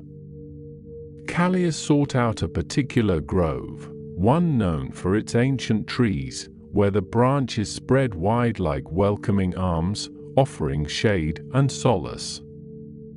He found a spot beneath the oldest tree, its trunk so wide it would take several men to encircle it, its bark deeply furrowed with the passage of countless seasons. He sat down, leaning against the cool, rough bark, and closed his eyes, allowing the gentle breeze to caress his face. In this tranquil setting, away from the clamor of the city and the demands of his craft, Kallias found a different kind of inspiration. He thought of the olive tree's quiet dignity, its ability to withstand droughts and storms, to continually bear fruit year after year, offering its bounty without complaint. It was a powerful metaphor for the human spirit, he mused, for the resilience and enduring creativity that allowed them to build wonders like the Parthenon. The tree's roots delved deep into the earth, drawing sustenance from the very ground that formed the marble he sculpted, creating a profound connection between his art and the natural world. He remembered the stories of Athena planting the first olive tree on the Acropolis, a gift to the Athenians, symbolizing wisdom and peace. The olive oil, used for light, for food, for anointing, was a vital part of their lives, a constant reminder of the goddess's benevolence and the earth's generosity. The trees themselves, with their silver-green leaves, seemed to whisper ancient secrets, tales of generations past who had sought solace and wisdom beneath their boughs. Kallias opened his eyes and looked up at the canopy of leaves, filtering the sunlight into dappled patterns on the ground. He noticed the delicate veins on each leaf, the subtle variations in color, the way they danced in the breeze. He thought of the intricate details he carved into the marble, the drapery of a goddess's robe, the musculature of a warrior, the flowing manet of a horse. These details, he realized, were not merely decorative, they were an attempt to capture the essence of life, the beauty and complexity that existed in both the grand and the minute, in the human form and in the humble leaf. He reached out and gently touched a gnarled branch, feeling the rough texture of the bark, the smooth coolness of a leaf.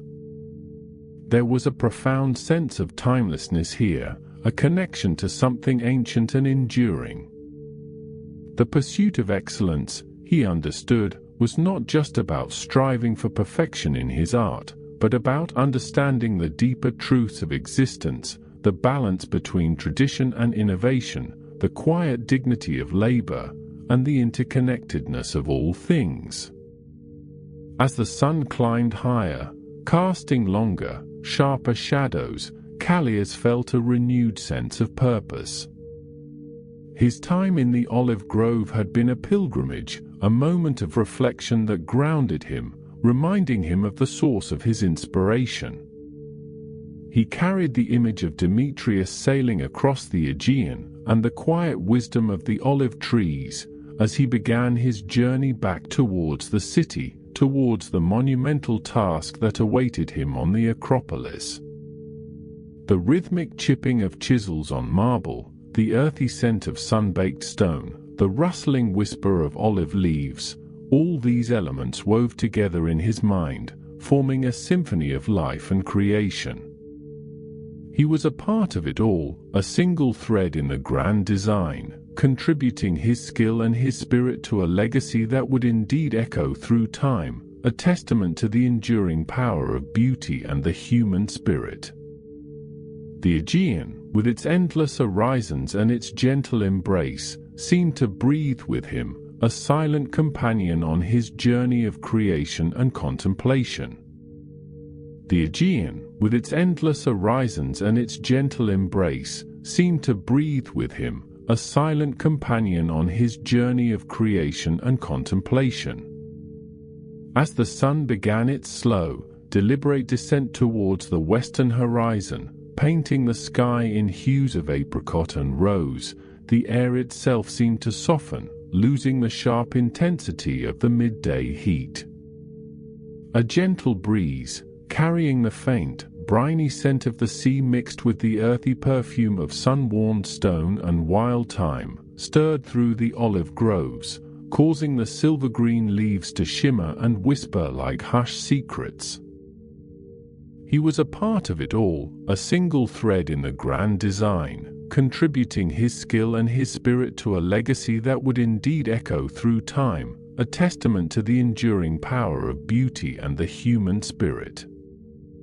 The Aegean, with its endless horizons and its gentle embrace, seemed to breathe with him, a silent companion on his journey of creation and contemplation. The Aegean, with its endless horizons and its gentle embrace, seemed to breathe with him, a silent companion on his journey of creation and contemplation. As the sun began its slow, deliberate descent towards the western horizon, painting the sky in hues of apricot and rose, the air itself seemed to soften, losing the sharp intensity of the midday heat. A gentle breeze, carrying the faint, briny scent of the sea mixed with the earthy perfume of sun-warmed stone and wild thyme, stirred through the olive groves, causing the silver-green leaves to shimmer and whisper like hushed secrets. On the sacred rock of the Acropolis, the rhythmic clang of hammers against chisels, which had resonated throughout the day, began to diminish, one by one, until only a few dedicated artisans remained, their silhouettes stark against the deepening gold of the sky. Pheidias, his broad shoulders still carrying the day's immense weight of artistic vision and logistical challenge, stood near the burgeoning west pediment of the Parthenon. His gaze, usually so piercing and focused, softened as he watched the last rays of sunlight illuminate the freshly carved figures, bringing a fleeting, almost ethereal life to the marble. He saw the goddesses emerging from the stone, their drapery flowing with a grace that belied the hardness of their material, their expressions imbued with the wisdom and power he had striven to capture. A profound sense of quiet satisfaction, a rare and precious feeling, settled over him, mingling with the familiar ache in his weary bones. He had pushed his artisans, and himself, to the very limits of human capability, demanding perfection, and in these moments he could see the nascent glimmer of that perfection. The weight of Pericles' expectations, the political machinations, the sheer scale of the undertaking, all seemed to recede into the background, leaving only the pure, unadulterated beauty of the art. He knew, with a certainty that resonated deep within his soul, that this structure, this monumental tribute to Athena, would stand as a testament not just to Athenian might, but to the enduring spirit of human creativity, a beacon across the ages. He closed his eyes for a brief moment, inhaling the cool, clean air of the height, feeling the ancient stone beneath his feet, and allowed himself a silent, profound moment of pride. Down below, in the quiet shade of the Archetheon, Lyra, the elderly priestess of Athena, moved with a graceful slowness, her hands, gnarled and wise, gently tending to the sacred olive tree. Its ancient trunk, twisted and scarred by centuries of wind and sun, stood as a living monument to the city's patron goddess, its leaves rustling with a soft, almost musical sound that had been the backdrop to her entire life. She had witnessed countless sunsets from this hallowed ground, each one painting the sky in different hues, each one bringing a sense of closure and renewal. Her face, a gentle map of wrinkles, caught the fading light, highlighting the serene wisdom in her eyes. She had spent her day guiding supplicants, interpreting omens, and ensuring the ancient rituals were observed with meticulous care, her soft voice a constant, calming presence. Today, a young acolyte, barely past childhood, had asked her about the meaning of the Parthenon, still under construction, its gleaming marble a stark contrast to the Archetheon's more intimate, ancient stones. Lyra had smiled, a gentle, knowing curve of her lips. The Parthenon, she had explained, her voice a soft murmur, is the city's offering, a grand hymn in stone. But the olive tree, child, and the spring, these are Athena's heart. One is built by human hands, magnificent as it is. The other is a gift from the gods, a symbol of life, peace, and enduring knowledge.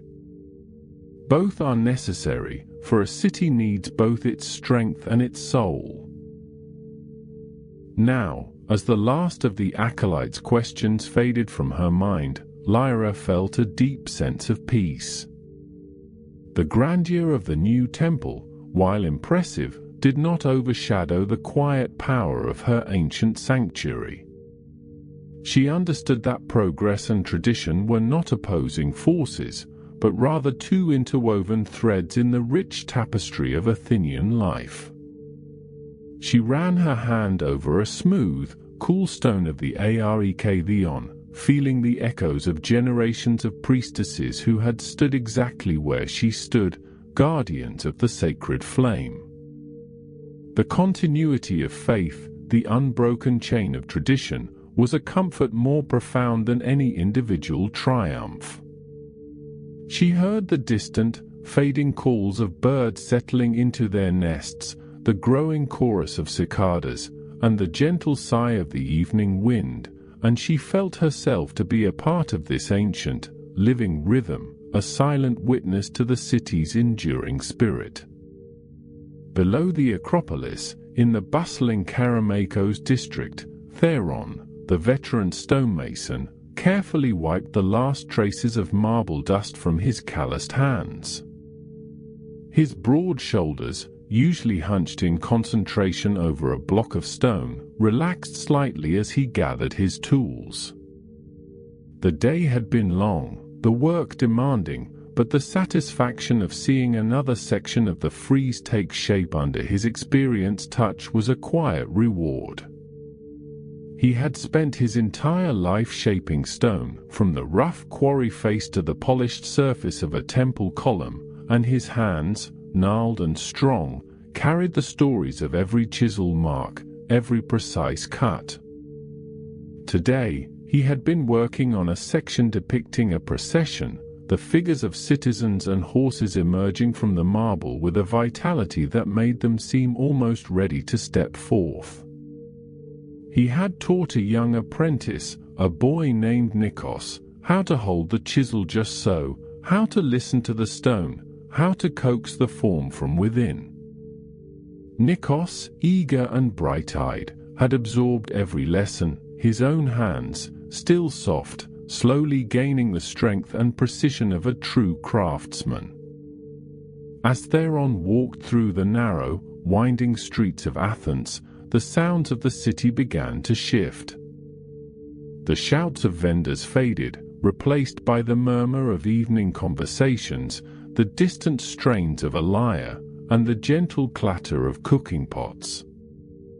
The air, still warm, carried the inviting aroma of roasting lamb and freshly baked bread from the tavernas. He passed by homes where families gathered, their voices soft and low, and felt a familiar warmth spread through him. He was not a man of grand speeches or artistic pronouncements, but he knew, with an unshakable certainty, the value of his labor. Each stone he had shaped, each block he had lifted, each detail he had carved, was a part of something greater than himself, something that would endure for generations.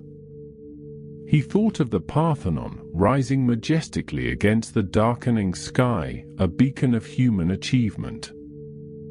He had contributed to its strength, its beauty, its very essence, and in that contribution, he found a deep, quiet dignity. His legacy was not in words, but in the enduring stone, a testament to the quiet power of dedicated craft. He imagined his grandchildren, perhaps even their children, looking up at that magnificent structure, and knowing, even if they didn't know his name, that a part of him, a part of his life's work, was etched into its very fabric. As the sun finally dipped below the horizon, painting the western sky in streaks of deep violet and fiery orange, a soft, ethereal light began to emanate from the east. The full moon, a luminous pearl, slowly ascended above the jagged peaks of Mount Hymettus, casting a silvery glow over the city. Its light, cool and gentle, transformed the marble of the Acropolis, making the Parthenon gleam with an otherworldly radiance, its columns standing like silent sentinels against the velvet expanse of the night sky. The air grew cooler, carrying the sweet scent of night-blooming jasmine from hidden courtyards. Pheidias, still on the Acropolis, watched the moon rise, its light washing over the pediment, softening the sharp edges of the newly carved figures, imbuing them with a new, mysterious beauty. He felt the vastness of the cosmos above him, the endless cycle of day and night, creation and rest. The weight of his responsibilities, though still present, felt lighter under the expansive dome of the night sky. He thought of the stars, countless and ancient, and how they had guided sailors and philosophers for millennia. His work, he hoped, would also guide, would inspire, would endure as long as those distant lights. He knew that the pursuit of excellence was an unending journey, but tonight, under the benevolent gaze of the moon, he felt a profound sense of accomplishment, a quiet triumph of the human spirit over the raw material of the earth. The cool night air brushed against his face, a gentle caress, and he felt a deep connection to the ancient land, to the enduring spirit of Athens, and to the timeless pursuit of beauty. Lyra, sitting beneath the sacred olive tree, felt the moon's gentle light filter through its ancient leaves, dappling the ground in shifting patterns of silver and shadow. The air was still, save for the soft rustle of the leaves and the distant hoot of an owl. She closed her eyes, listening to the quiet pulse of the night, feeling the deep roots of the tree beneath her, connecting her to the earth, to the past, and to the eternal. She thought of the stories she had told the young acolyte, tales of Athena's wisdom, of the city's founding, of the balance between human endeavor and divine grace. The moon, she knew, had witnessed all of it, a silent, constant presence. It was a reminder that even as cities rose and fell, as generations passed, certain truths remained, certain connections endured. The search for knowledge, the quiet dignity of labor, the pursuit of beauty, these were not fleeting human desires, but echoes of a deeper, more ancient wisdom, woven into the very fabric of existence. She felt a profound sense of peace, a quiet understanding that her life, her service, was a small but vital part of this grand, unending narrative. The cool night air, carrying the faint scent of incense from the temple and the earthy aroma of the sacred ground, enveloped her in a comforting embrace. Theron, having returned to his small, humble home, sat on his stoop, watching the moonlight illuminate the familiar contours of his neighborhood. The sounds of the city had softened to a gentle hum, a lullaby of human life. He looked up at the Acropolis, now a luminous crown against the deep blue of the night sky, and felt a quiet pride swell within him. He thought of the smooth, cool feel of the marble under his hands, the satisfying weight of the chisel, the precise rhythm of his hammer. His body, weary from the day's labor, now yearned for rest, but his spirit felt invigorated, knowing he had contributed to something truly magnificent. He imagined the generations to come, standing before the Parthenon, marveling at its beauty, its strength, its enduring presence. He had shaped the stone, but the stone, in turn, had shaped him, instilling in him a deep respect for patience, precision, and the quiet power of creation. The cool night air, carrying the faint, sweet scent of honeysuckle from a nearby garden, brought a sense of profound tranquility. He closed his eyes, feeling the gentle breeze on his face, and allowed the quiet satisfaction of a day well spent to wash over him, preparing him for the deep, restorative peace of sleep, a peace earned through dedication, craft, and an unwavering commitment to the creation of beauty. The moon, a silent witness, continued its slow journey across the vast, star-dusted canvas of the heavens, casting its gentle, silver light over the ancient city, over the sleeping groves, and over the tranquil, murmuring Aegean Sea. The moon, a silent witness, continued its slow journey across the vast, star-dusted canvas of the heavens, casting its gentle, silver light over the ancient city, over the sleeping groves, and over the tranquil, murmuring Aegean Sea. Kallias, having found his way back to the small, humble dwelling he shared with his fellow apprentices near the workshop, felt the cool night air whisper against his skin as he lay upon his simple cot. The day's exertions had left a pleasant ache in his muscles, a testament to the hours spent shaping stone, but his mind, usually a restless sea of self-doubt and ambition, now felt remarkably calm, a still pond reflecting the distant stars. He thought of the intricate folds of the drapery he had chipped away at, the subtle curve of a cheekbone he had refined, and a quiet pride settled within him, not a boastful pride, but a deep, resonant satisfaction that hummed beneath his weariness. He remembered the conversation with Master Lycos, the unexpected words of encouragement that had felt like cool water on parched earth. Lycos, a man of few words and stern countenance, had seen something in Kallias's work, a spark of the unique vision he so desperately sought to cultivate. This validation, a quiet acknowledgement of his burgeoning skill, had been a far more potent reward than any public praise. It affirmed his path, not just as a follower of the masters, but as a potential contributor to the grand tapestry of Athenian art. The rhythmic chipping of chisels that had filled his days now echoed faintly in his memory, a comforting lullaby, and he drifted toward sleep, cradled by the certainty of purpose. Meanwhile, in a quiet corner of the city, nestled amidst the fragrant olive groves that bordered the Kifissos River, Ilara sat by her window, the moonlight painting silver stripes across the rough-hewn floor of her chamber. She held a small, leather-bound notebook, its pages filled with delicate sketches of leaves, roots, and flowers, alongside meticulous notes on their properties and uses. The day had been a whirlwind of activity at her father's olive oil press, the air thick with the earthy scent of crushed olives and the sweet, pungent aroma of fresh oil.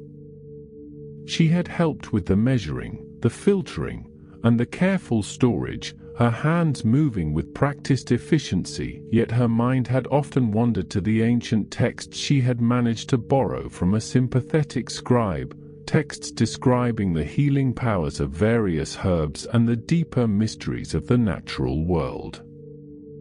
Her father, a kind but traditional man, often urged her to focus on matters more befitting a young woman of her standing, managing the household, preparing for a suitable marriage. But Ilara's spirit yearned for more, for the quiet thrill of discovery, for the profound satisfaction of understanding. She traced the outline of an olive leaf in her notebook, its distinctive shape a symbol of wisdom and endurance. She had spent hours that afternoon observing an ancient olive tree in their grove, its gnarled trunk a testament to centuries of life, its silver-green leaves shimmering in the afternoon sun. She had noticed how certain herbs grew in its shade, how the soil beneath it held moisture differently, how the very air around it seemed imbued with a serene energy.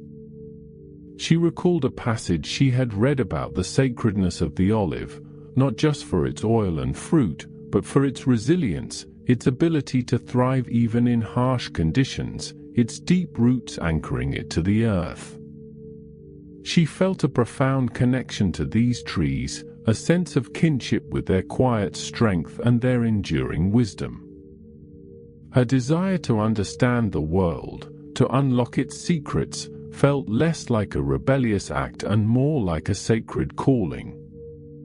The moonlight, now streaming directly into her room, seemed to illuminate her thoughts, lending them a quiet clarity.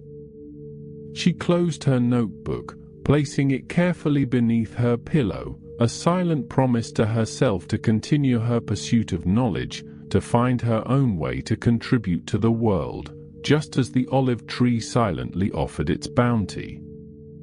The following morning, a soft, pearlescent light diffused across the Athenian sky, promising a day of gentle warmth.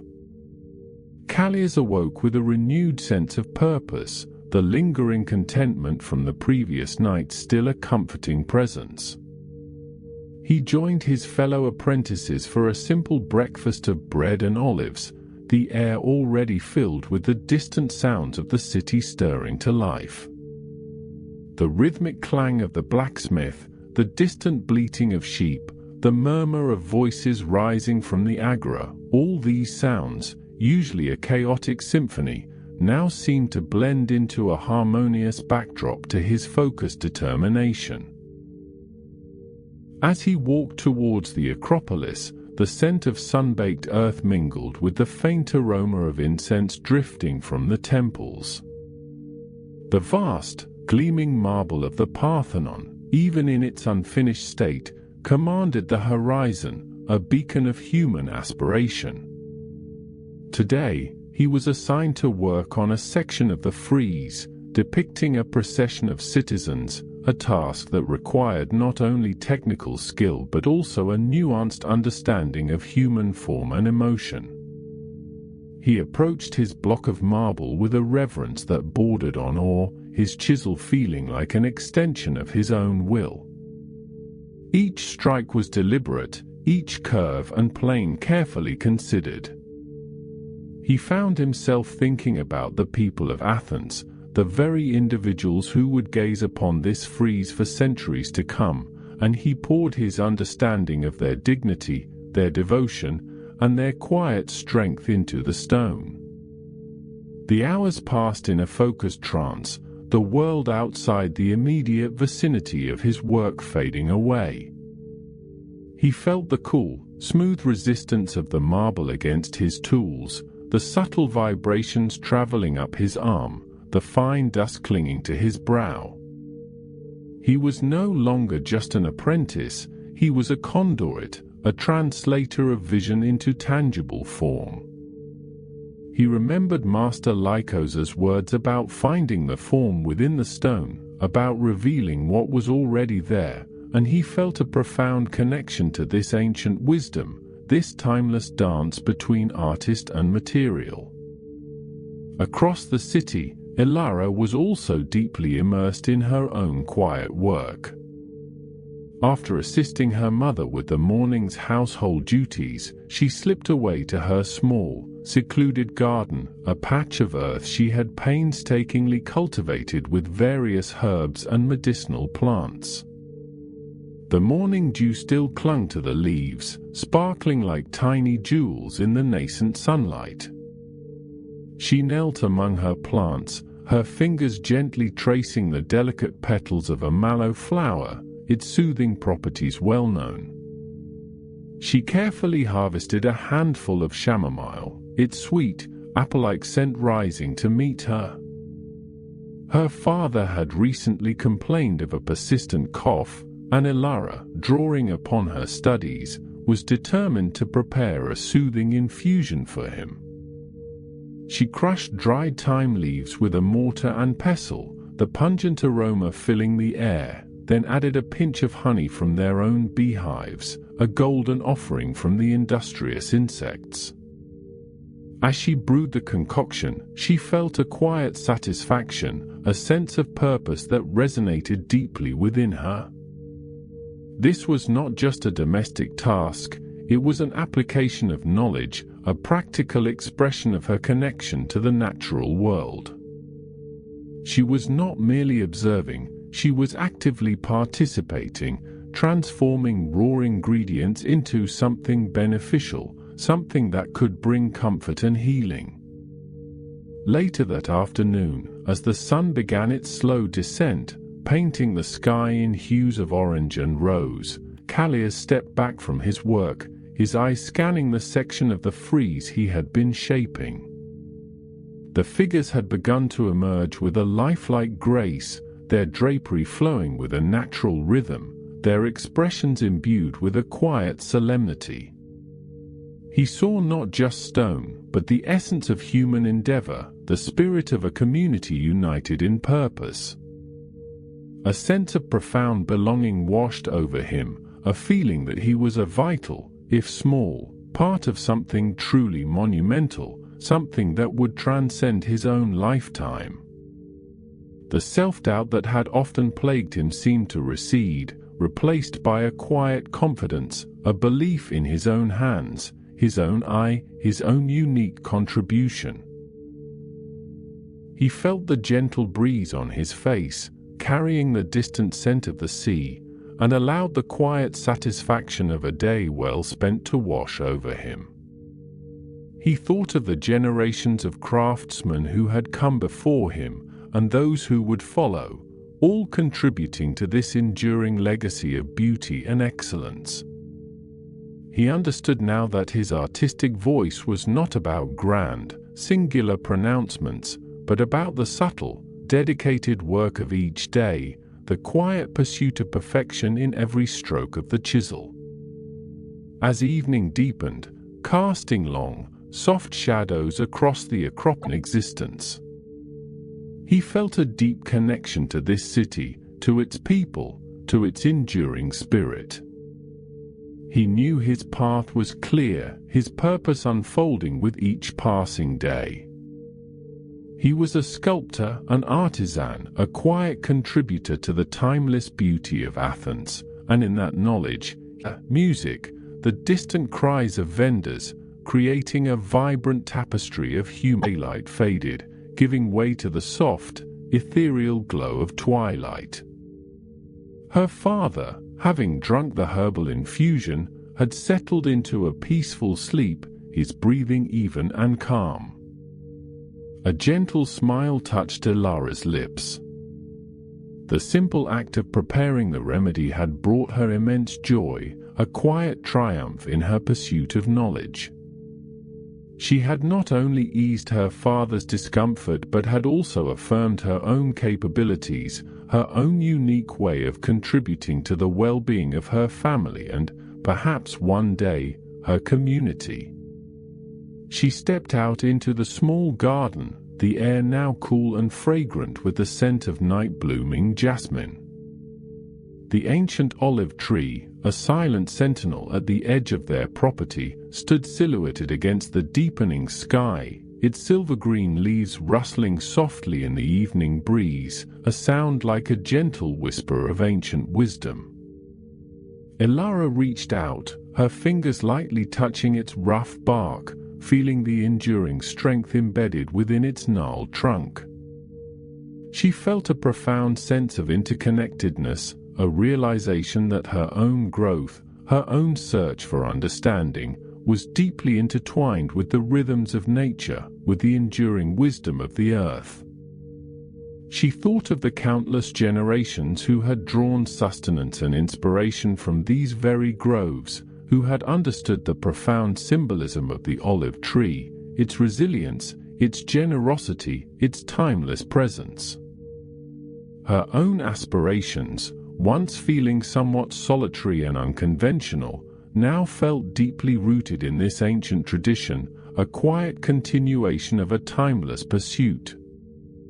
She was not just a girl with a fascination for plants, she was a keeper of knowledge, a quiet steward of the earth's bounty, and a seeker of truths that lay hidden in plain sight. As the moon, now a luminous orb, ascended into the velvety expanse of the night sky, casting its gentle, silver light over the ancient city, over the sleeping groves, and over the tranquil, murmuring Aegean Sea, both Kallias and Ilara found themselves in a state of profound peace. Kallias, lying on his cot, felt his body relax completely, his mind clear and serene. He envisioned the Parthenon, not as a daunting, unfinished project, but as a living testament to human spirit, a place where his own hands had left their mark, however small. He felt the weight of the marble, the cool touch of his chisel, the quiet satisfaction of creation, and sleep enveloped him like a soft, warm blanket, a deep, restorative peace earned through dedication, craft, and an unwavering commitment to the creation of beauty. Profound symbolism of the olive tree, its resilience, its generosity, its timeless presence. Her own aspirations, once feeling somewhat solitary and unconventional, now felt deeply rooted in this ancient tradition, a quiet continuation of a timeless pursuit. She was not just a girl with a fascination for plants, she was a keeper of knowledge, a quiet steward of the earth's bounty, and a seeker of truths that lay hidden in plain sight. As the moon, now a luminous orb, ascended into the velvety expanse of the night sky, casting its gentle, silver light over the ancient city, over the sleeping groves, and over the tranquil, murmuring Aegean Sea, both Kallias and Ilara found themselves in a state of profound peace. Kallias, lying on his cot, felt his body relax completely, his mind clear and serene. He envisioned the Parthenon, not as a daunting, unfinished project, but as a living testament to human spirit, a place where his own hands had left their mark, however small. He felt the weight of the marble, the cool touch of his chisel, the quiet satisfaction of creation, and sleep enveloped him like a soft, warm blanket, a deep, restorative peace earned through dedication, craft, and an unwavering commitment to the creation of beauty. Elara, gazing at the moon-drenched olive grove, felt a similar tranquility settle within her. She saw the world not as a series of separate elements, but as a harmonious whole, a grand tapestry woven with threads of nature, humanity, and ancient wisdom. Her heart swelled with gratitude for the quiet beauty of the night, for the gentle rustling of the leaves, for the knowledge she was slowly acquiring, and for the quiet dignity of her own purpose. She closed her eyes, the image of the resilient olive tree imprinted on her mind, a symbol of enduring strength and boundless potential. She felt a deep connection to the earth, to the stars, to the timeless flow of existence, and she drifted into a peaceful slumber, her dreams filled with the gentle whisper of silver-green leaves and the quiet promise of a future rich with discovery and contribution. The moon, a silent witness, continued its slow journey across the vast, star-dusted canvas of the heavens, its benevolent gaze watching over the sleeping city, the tranquil groves, and the murmuring sea, a timeless guardian of dreams and aspirations.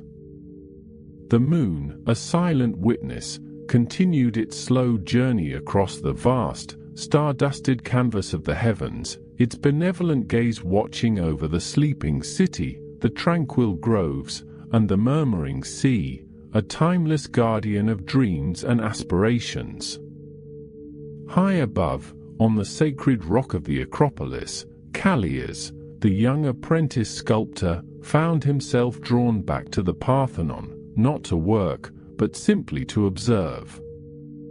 The great temple, still under construction, stood bathed in the soft, ethereal glow of the moonlight, its unfinished marble surfaces shimmering like polished ivory. The rhythmic chipping of chisels, which had been the constant soundtrack of his days, was now replaced by the gentle sigh of the night wind winding through the columns, a sound that carried a different kind of music, one of patience and enduring beauty. He walked slowly around the scaffolding, his calloused fingers tracing the cool, smooth stone of a half-carved metope, a scene of battle frozen in time. He remembered the precise lines thereon had taught him, the way light would catch the curve of a muscle, the subtle tension in a drapery fold. He had spent the day meticulously carving a small, intricate detail on a frieze, a single olive leaf, its veins delicate and lifelike, a testament to the hours he had poured into understanding its form, its essence. It was a tiny contribution, almost imperceptible amidst the grandeur of the entire structure, yet for Kallias, it held the weight of his growing confidence, the quiet satisfaction of knowing he had poured his heart into it, that he had found his own voice within the chorus of master craftsmen. He looked up at the moon, a perfect disk hanging in the velvet sky, and a profound sense of belonging settled over him, a feeling that his hands, though young, were part of something ancient and eternal, shaping not just stone, but the very spirit of Athens.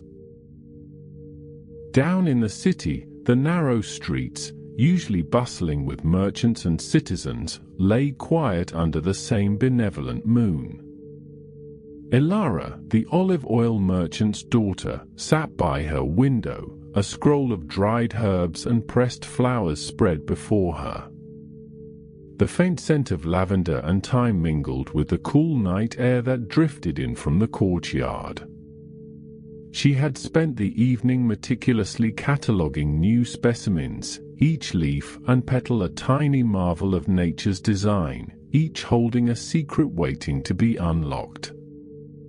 Her earlier conversation with Lyra, the elderly priestess, still resonated within her, a gentle affirmation of her unconventional pursuits. Lyra had spoken of the interconnectedness of all things, of how the wisdom of the earth was as sacred as the wisdom of the gods, and how observation was a form of prayer. Ilara's fingers, usually stained with ink or earth, now moved with a delicate precision as she sketched a particularly rare variety of wild orchid she had discovered near the coast, its delicate petals unfurling in her memory. She thought of the ancient olive trees, their gnarled trunks holding centuries of stories, and knew that her quest for knowledge was not just about understanding plants, but about understanding the very pulse of life that flowed through Attica.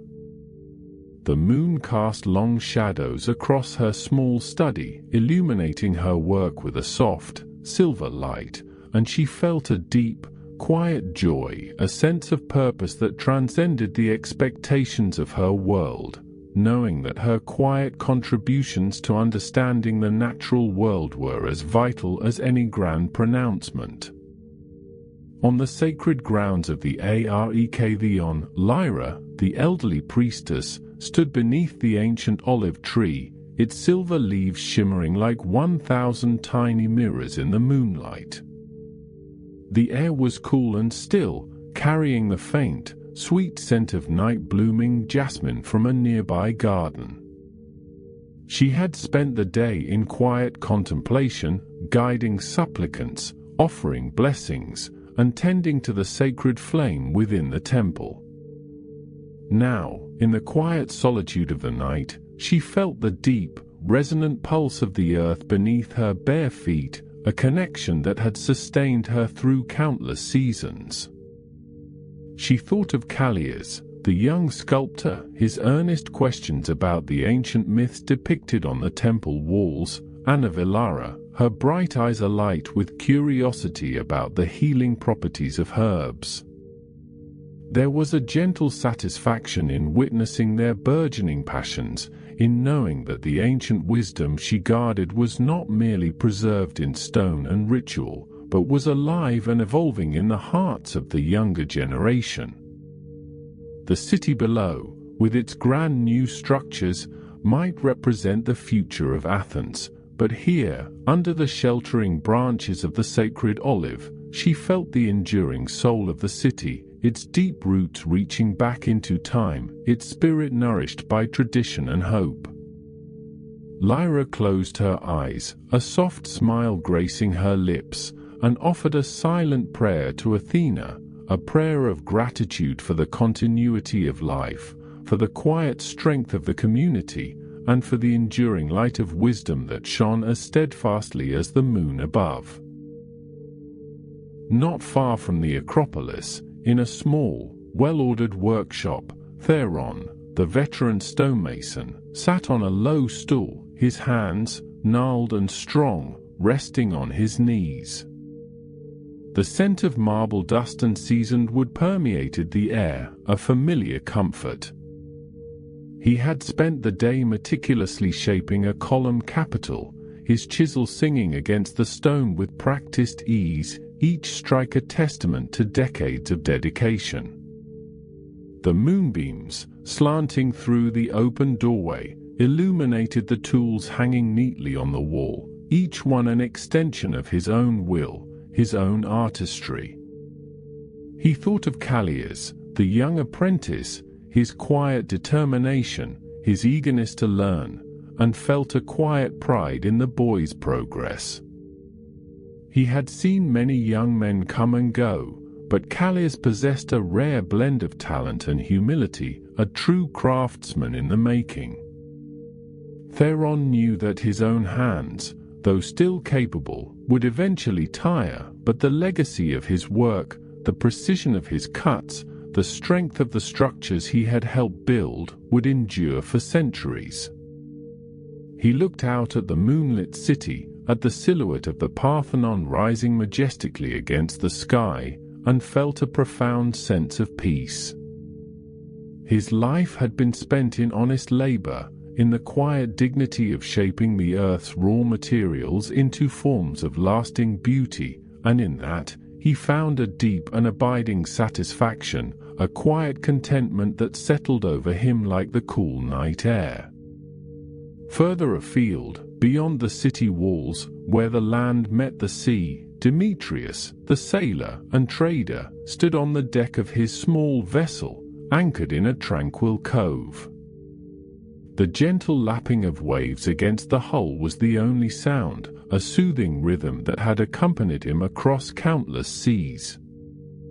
The vast expanse of the Aegean stretched out before him, a shimmering canvas of silver under the full moon, its surface dotted with the distant lights of other ships, like scattered jewels. He had returned from a successful voyage to the islands, his hold filled with exotic spices and fine pottery, and his mind filled with tales of distant shores. Yet, as he stood there, feeling the cool sea breeze on his sun-bronzed skin, a profound sense of home washed over him. The restlessness that usually stirred within him, the constant yearning for the horizon, had temporarily receded, replaced by a deep appreciation for the quiet beauty of his own land, his own harbor. He thought of the bustling Athenian agora, of the familiar faces, of the simple pleasure of sharing a meal with friends. The sea was his life, his freedom, but the land, Athens, was his anchor, the place he always returned to, the source of his purpose. He looked up at the moon, the same moon that guided sailors across uncharted waters and illuminated the olive groves of Attica, and felt a deep connection to the vast, interconnected world, a world where the sea carried goods and stories, and the land nurtured life and art. A profound peace settled over him, a quiet understanding that his journey was not just about distant horizons, but about the enduring comfort of returning, of finding solace under the vast, star-dusted canvas of the Aegean sky. The night deepened, wrapping the land and sea in a blanket of profound stillness. The silver light of the moon continued its slow, majestic journey across the heavens, casting long, dancing shadows across the ancient stones of the Acropolis, illuminating the quiet streets of Athens, and shimmering on the tranquil surface of the Aegean Sea. Kallias, the young sculptor, felt the cool marble beneath his fingertips, a silent promise of future creations, and a quiet confidence bloomed within him, knowing his hands were destined to shape beauty. Elara, the aspiring botanist, carefully rolled her parchment, the scent of dried herbs a gentle lullaby, her mind already dreaming of new discoveries, new connections between the earth and its healing wisdom. Lyra, the elderly priestess, stood beneath the ancient olive tree, its rustling leaves whispering timeless stories, a gentle guardian of tradition and the enduring spirit of her city. Theron, the veteran stonemason, watched the moonlight paint the Parthenon, a monument to human endeavor, and felt the quiet pride of a life well spent, his legacy etched in stone. Demetrius, the sailor, gazed at the vast, moonlit expanse of the sea, the rhythmic lapping of waves a soothing balm, his heart filled with the peace of home and the endless possibilities of the horizon. Each soul, in their own quiet way, had found a measure of peace, a sense of belonging, a profound connection to the world around them.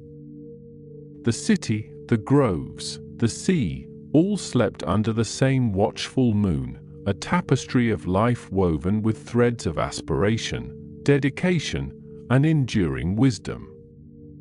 The gentle breeze carried the faint scent of olive blossoms and distant salt, mingling with the earthy aroma of sun-warmed stone, a symphony of nature's embrace. The world softened, the edges of day blurring into the quiet, enveloping embrace of night. The moon, a silent, benevolent guardian, continued its slow, steady journey, casting its gentle light over all, inviting a deep and peaceful surrender to the quiet stillness of the sleeping world, a world at rest, dreaming under the vast, star-dusted canvas of the Aegean sky. The moon, a silent, benevolent guardian, continued its slow, steady journey, casting its gentle light over all, inviting a deep and peaceful surrender to the quiet stillness of the sleeping world, a world at rest, dreaming under the vast, star-dusted canvas of the Aegean sky. As the first blush of dawn painted the eastern sky with hues of rose and gold, Kallias, stirring from a dreamless sleep, felt the familiar coolness of the morning air against his skin, carrying with it the invigorating promise of a new day. He rose from his simple pallet, his muscles protesting softly from the previous day's strenuous work on the Acropolis, but his spirit was already turning towards the tasks ahead, a quiet anticipation humming beneath the surface of his thoughts. He moved through the small, sparsely furnished room he shared with a few other apprentices, careful not to disturb their slumber, his bare feet silent on the cool stone floor, a silent testament to the respectful camaraderie that bound them together.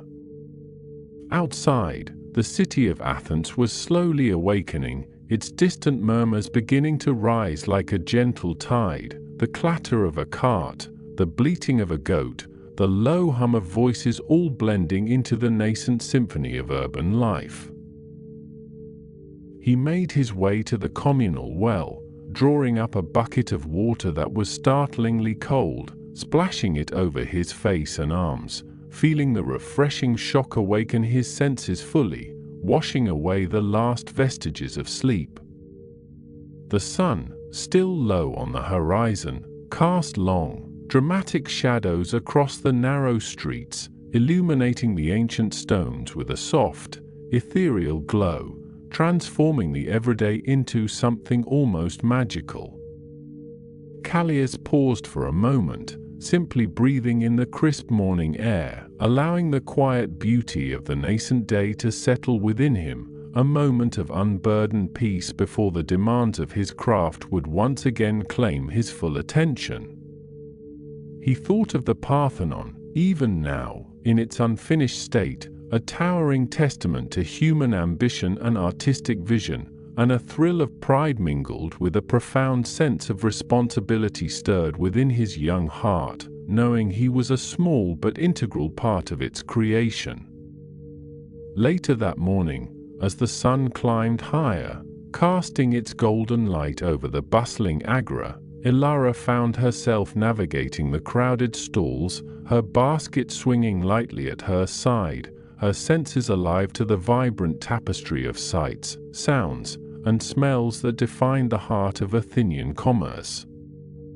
The air was thick with the aroma of freshly baked bread, pungent spices, and sweet figs, mingling with the earthy scent of pottery and the metallic tang of newly forged tools, a rich perfume that spoke of life and industry. Merchants called out their wares in rhythmic chants, their voices rising and falling in a melodic chorus, while citizens from all walks of life, from robed philosophers to sun-baked farmers, mingled and bartered, their conversations a constant, lively hum. Within its intricate dance, contributing to the daily rhythm of life, providing for her household with grace and efficiency. She paused by a stall selling small, intricately carved wooden figures, her gaze lingering on a miniature depiction of Athena, her hand resting lightly on the smooth, polished wood, a fleeting appreciation for the artistry that permeated every aspect of their world. Entries with a fruit vendor, a kind-faced woman with laugh lines etched around her eyes, discussing the unusually sweet grapes harvested from the slopes of Mount Hymettus, a small moment of human connection that brightened her morning. As she continued her rounds, her thoughts drifted to Lyra, her younger sister, who would be eagerly awaiting the fresh bread and honey she promised to bring home, and a gentle smile touched Ilara's lips, a reflection of the deep affection she held for her family. The Agora, for all its noise and chaos, was a place of vital connection, a living pulse of the city, and Ilara felt a quiet satisfaction in her role within its intricate dance, contributing to the daily rhythm of life, providing for her household with grace and efficiency. She paused by a stall selling small, intricately carved wooden figures, her gaze lingering on a miniature depiction of Athena, her hand resting lightly on the smooth, polished wood, a fleeting appreciation for the artistry that permeated every aspect of their world. Meanwhile, high above the city, on the sacred plateau of the Acropolis, the rhythmic clang of hammers against stone echoed through the clear morning air, a powerful symphony of creation that resonated with the very spirit of Athens. Pheidias, his brow furrowed in concentration, stood before a massive block of Parthenon marble, his eyes, sharp and discerning, scrutinizing every curve and plane of the nascent sculpture taking shape beneath the skilled hands of his artisans. The air was thick with marble dust, a fine white powder that clung to their clothes and hair, transforming them into ghostly figures, yet their movements were precise and deliberate, each strike of the chisel a testament to years of practice and an unwavering dedication to their craft. He watched Kallias, among others, meticulously carving a section of a metope, his young face alight with a focused intensity, his hands moving with a growing confidence that pleased the master sculptor immensely. Pheidias approached Kallias, his presence commanding yet gentle, his shadow falling across the apprentice's work, and Kallias, sensing his master's proximity, paused, looking up with respectful attention. "The drapery, Kallias," Pheidias murmured, his voice low and resonant. "It must flow like water, revealing the form beneath, yet retaining its own weight and grace. Imagine the wind catching it, imagine the fabric clinging to the body, a dance between stillness and motion." He gestured with a practiced hand, illustrating the subtle nuances he envisioned, his words painting vivid images in Kallias's mind, deepening his understanding of the delicate balance between realism and idealized beauty. Kallias nodded, absorbing every word, his eyes returning to the marble with renewed insight, his chisel poised, ready to translate Pheidias's vision into tangible form, a profound sense of privilege washing over him to learn directly from such a master. The work on the Parthenon was not merely construction, it was a spiritual endeavor, a collective act of devotion to their patron goddess, and Pheidias, with his unparalleled genius, was its guiding light, shaping not just stone, but the very soul of the city. As the morning wore on and the sun grew warmer, casting its golden embrace over the olive groves, Lyra, with a light heart and nimble fingers, moved among the ancient trees, her basket slowly filling with the glossy, ripe olives that clung stubbornly to their branches. The air in the grove was still and warm, imbued with the earthy, slightly peppery scent of the olive leaves and the dry, sun-baked soil, a fragrance that was deeply comforting and familiar.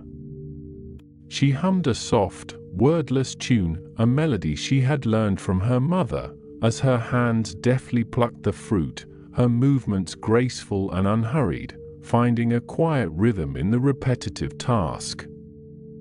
The gnarled trunks of the olive trees, ancient and wise, stood like silent sentinels, their silver-green leaves shimmering in the gentle breeze, each tree a living testament to generations of cultivation and care, a vital source of sustenance and wealth for their community. Lyra sometimes paused, leaning against a particularly old tree, its bark rough and deeply furrowed, and closed her eyes for a moment, listening to the soft rustle of the leaves, the distant buzz of bees, and the occasional chirping of a cicada, allowing the peaceful solitude of the grove to envelop her completely. She thought of the oil that would be pressed from these very olives, used for cooking, for lamps, for anointing, a precious liquid that connected them to the land and to each other, a symbol of peace and prosperity. Her mind, though young, held a deep respect for the natural world, understanding its cycles and its generosity, and she felt a profound sense of belonging amidst these venerable trees, a quiet joy in her small but meaningful contribution to the harvest. The sun filtered through the dense canopy, dappling the ground with shifting patterns of light and shadow, creating a serene and almost sacred atmosphere, a place where time seemed to slow, allowing for moments of simple, unadulterated contentment.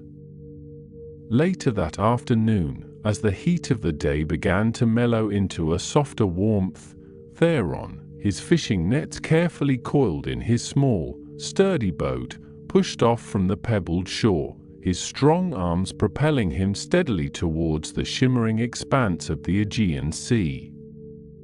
The water, a brilliant sapphire under the afternoon sun, stretched out before him, vast and inviting, its surface gently rippling with the faint breath of a sea breeze, promising a good catch.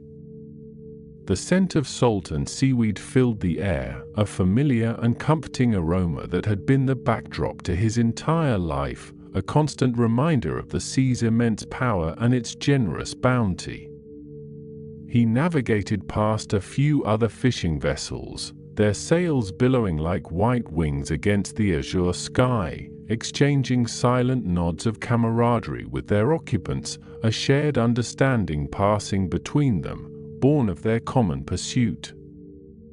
Theron had learned the ways of the sea from his father, and his father before him, a lineage of fishermen stretching back through countless generations, each one intimately familiar with the currents, the tides, and the secret haunts of the fish.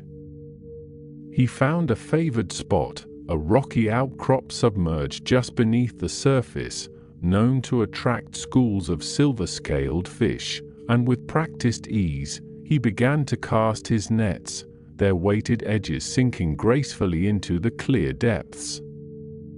As he waited, his gaze drifted towards the distant coastline, where the white marble of the Parthenon, even from this distance, gleamed like a jewel atop the Acropolis, a beacon of human achievement against the timeless backdrop of the land. He felt a quiet pride in his city, a sense of connection to its grandeur, even as his own life was inextricably bound to the rhythms of the sea, understanding that both the monumental and the mundane were essential threads in the vibrant tapestry of their world. The gentle rocking of the boat, the endless expanse of the sky above, and the deep, mysterious waters below, all conspired to create a profound sense of peace within him, a feeling of being utterly in tune with the ancient forces of nature. As evening approached, casting long, purple shadows across the city, Demetrius, a scholar of considerable renown, sat in his study, surrounded by scrolls of papyrus and clay tablets, the flickering light of an oil lamp illuminating the ancient texts he so diligently pursued. The air in the room was heavy with the scent of aged parchment and dried herbs, a subtle fragrance that spoke of centuries of accumulated wisdom, of minds grappling with profound questions about the universe, about humanity, about the very nature of existence. He held a stylus in his hand, poised over a fresh piece of papyrus, his mind wrestling with a particularly intricate philosophical concept, a paradox presented by one of the pre-Socratic thinkers that challenged his own established beliefs. His brow was furrowed in concentration, but there was also a glint of intellectual delight in his eyes, for Demetrius thrived on the rigorous pursuit of knowledge, finding immense satisfaction in unraveling complex ideas. He had spent his entire life in the pursuit of understanding, delving into the writings of Homer, Hesiod, and the early philosophers, seeking to synthesize their disparate insights into a coherent worldview, a grand narrative of human experience.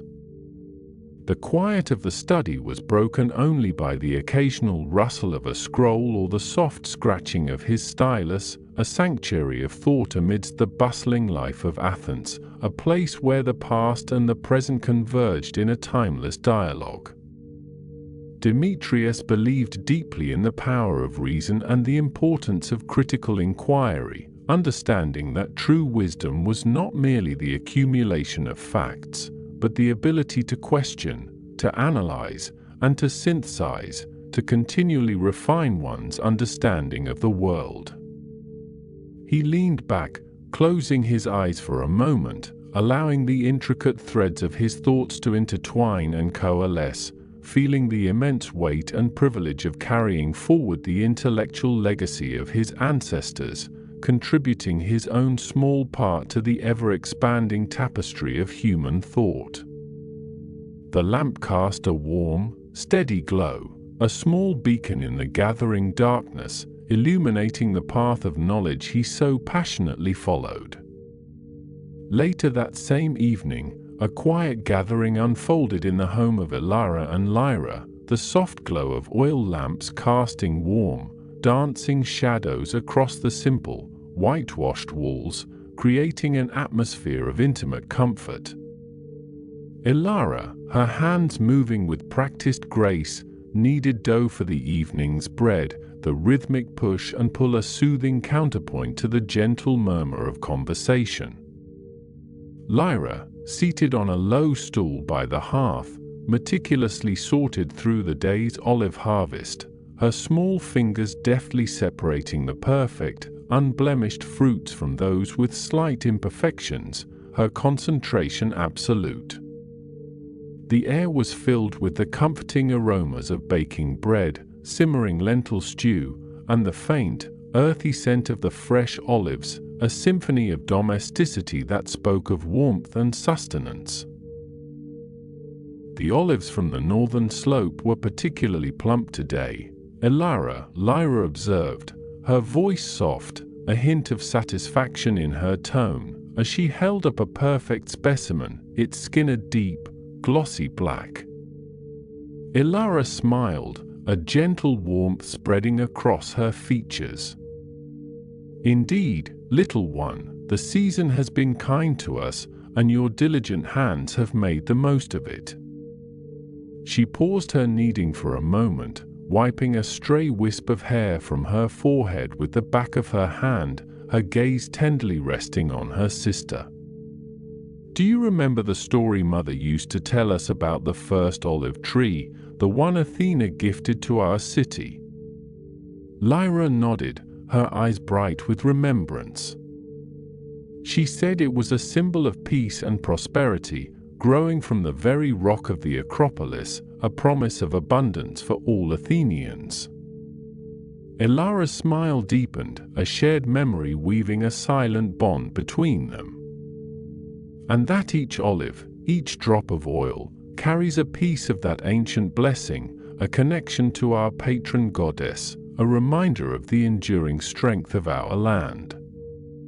The conversation flowed easily, a gentle stream of shared thoughts and quiet reflections, punctuated by the soft sounds of their work, the occasional crackle of the fire, and the distant, muffled sounds of the city settling into its nightly slumber. Lyra recounted a playful encounter with a particularly bold goat near the groves, its antics bringing a light-hearted chuckle from Elara, who then shared a brief anecdote about a particularly boisterous merchant in the agora. These small, everyday stories, woven together with threads of affection and shared experience, formed the bedrock of their quiet lives, creating a sanctuary of warmth and understanding within the walls of their home. The simple act of preparing their evening meal became a ritual of connection, a moment to reaffirm their bond, to share the burdens and joys of the day, finding solace and strength in each other's presence. The lamps cast their soft glow, painting the scene in hues of amber and gold, a tableau of peaceful domesticity, a quiet testament to the enduring power of family in a world of grand monuments and epic tales. As the moon ascended to its zenith, casting a silver sheen over the sleeping city, Kallias, having completed his strenuous day's work, found himself drawn to the quiet contemplation of the Parthenon, standing majestically under the vast, star-dusted sky. He had lingered on the Acropolis long after the other artisans had departed, a silent sentinel amidst the colossal marble forms, feeling an almost spiritual connection to the towering structure that was slowly, painstakingly, rising towards the heavens. The air was cool and still, carrying only the faint whisper of the night breeze, a stark contrast to the clamor and dust of the day, and the silence allowed his thoughts to unfurl with a clarity rarely found in the bustling daylight hours. He walked slowly around the immense scaffolding, his footsteps soft on the stone, his gaze sweeping over the intricate details already in place, the fluted columns, the burgeoning frieze, the pedamental sculptures beginning to define the sacred narrative. He ran a hand over the cool, smooth surface of a newly placed marble block, feeling the subtle vibrations of its enduring strength, a tangible link to the countless hands that had shaped it, to the ancient earth from which it was quarried. His mind replayed Pheidias' words from earlier in the day, the master's profound insights into the flow of drapery, the interplay of light and shadow, the very essence of bringing life to inert stone, and Kallias felt a surge of inspiration, a deeper understanding of the artistry he was striving to master. He imagined the finished temple, adorned with its vibrant colors, its bronze accents gleaming, a magnificent tribute to Athena, a symbol of Athenian power and artistic prowess, and a deep sense of awe settled within him. He was but a young apprentice, his hands still learning the subtle language of the chisel, yet he was part of something truly monumental, a legacy that would echo through the ages, and this realization filled him with a quiet, profound pride. Looking out over the sprawling city below, its myriad lights twinkling like fallen stars, and beyond to the dark, shimmering expanse of the Aegean Sea, Kallias felt a profound connection to the world around him, a sense of belonging to something far greater than himself. The Parthenon, even in its unfinished state, seemed to breathe under the moonlight, a living entity imbued with the collective dreams and aspirations of a civilization, and Kallias, standing in its silent embrace, felt his own spirit expand, reaching towards the same ideals of beauty, excellence, and enduring truth.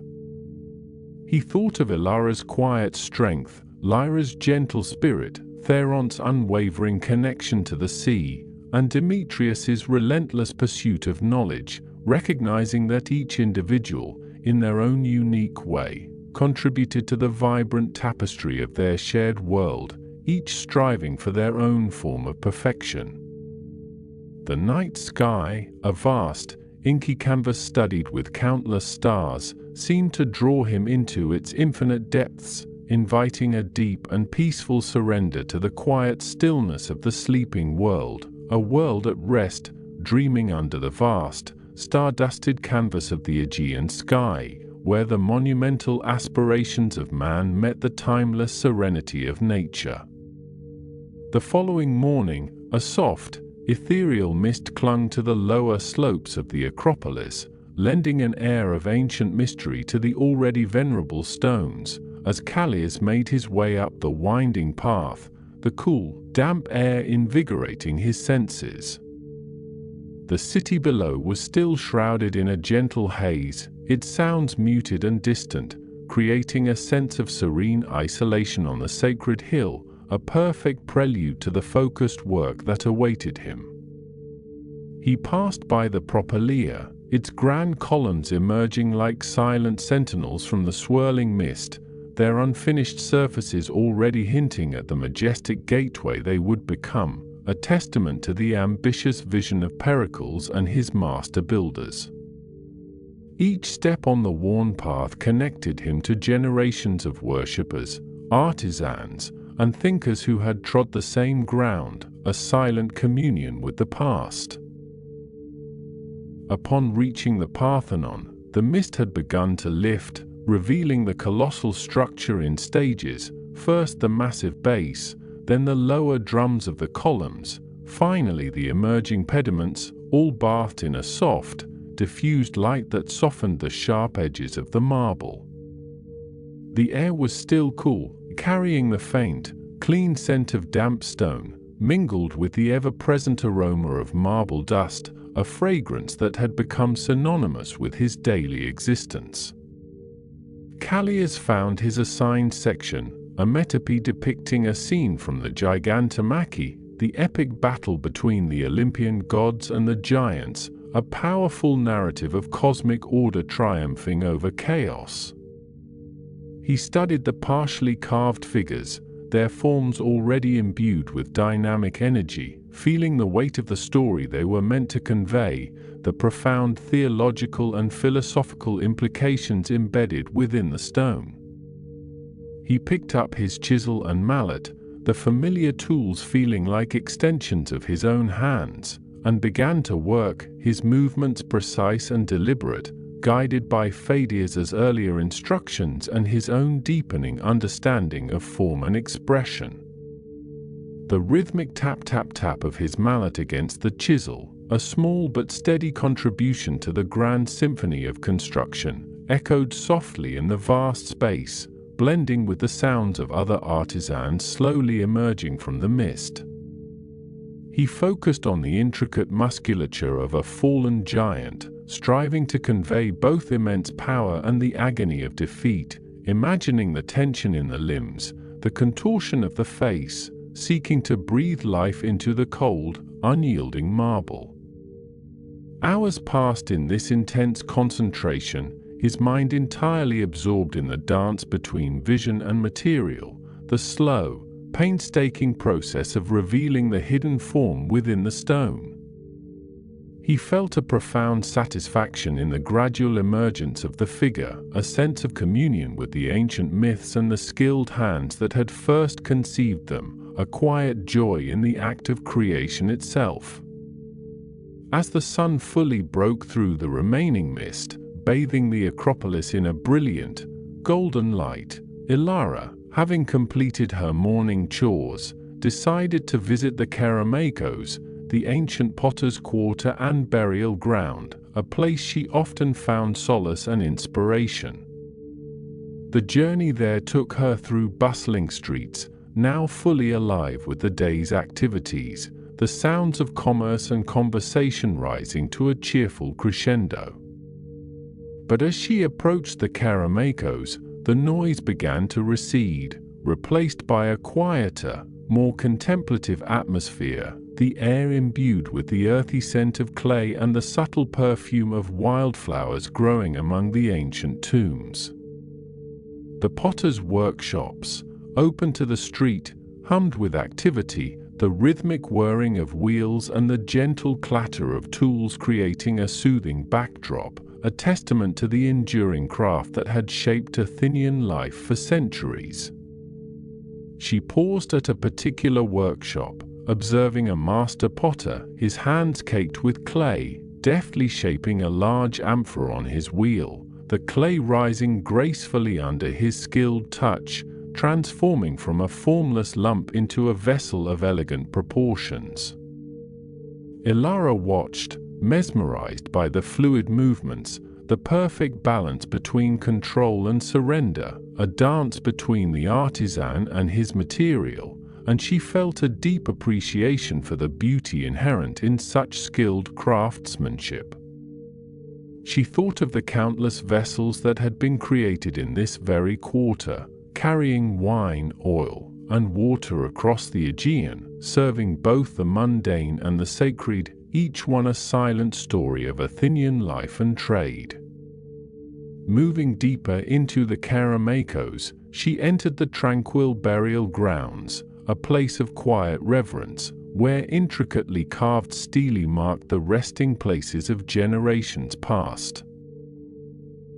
She walked slowly among the ancient tombs, reading the inscriptions, some faded by time, others still remarkably clear, each one a brief glimpse into a life lived, a family remembered, a testament to the enduring human need to honor the departed. She found a quiet spot beneath a venerable cypress tree, its dark green foliage providing a welcome shade, and sat for a moment, simply observing the interplay of light and shadow on the weathered marble, listening to the gentle rustle of the leaves. Her thoughts turned to her own ancestors, to the long line of women who had cared for their homes, raised their children, and contributed to the fabric of Athenian society, and she felt a profound sense of connection to this unbroken chain of life.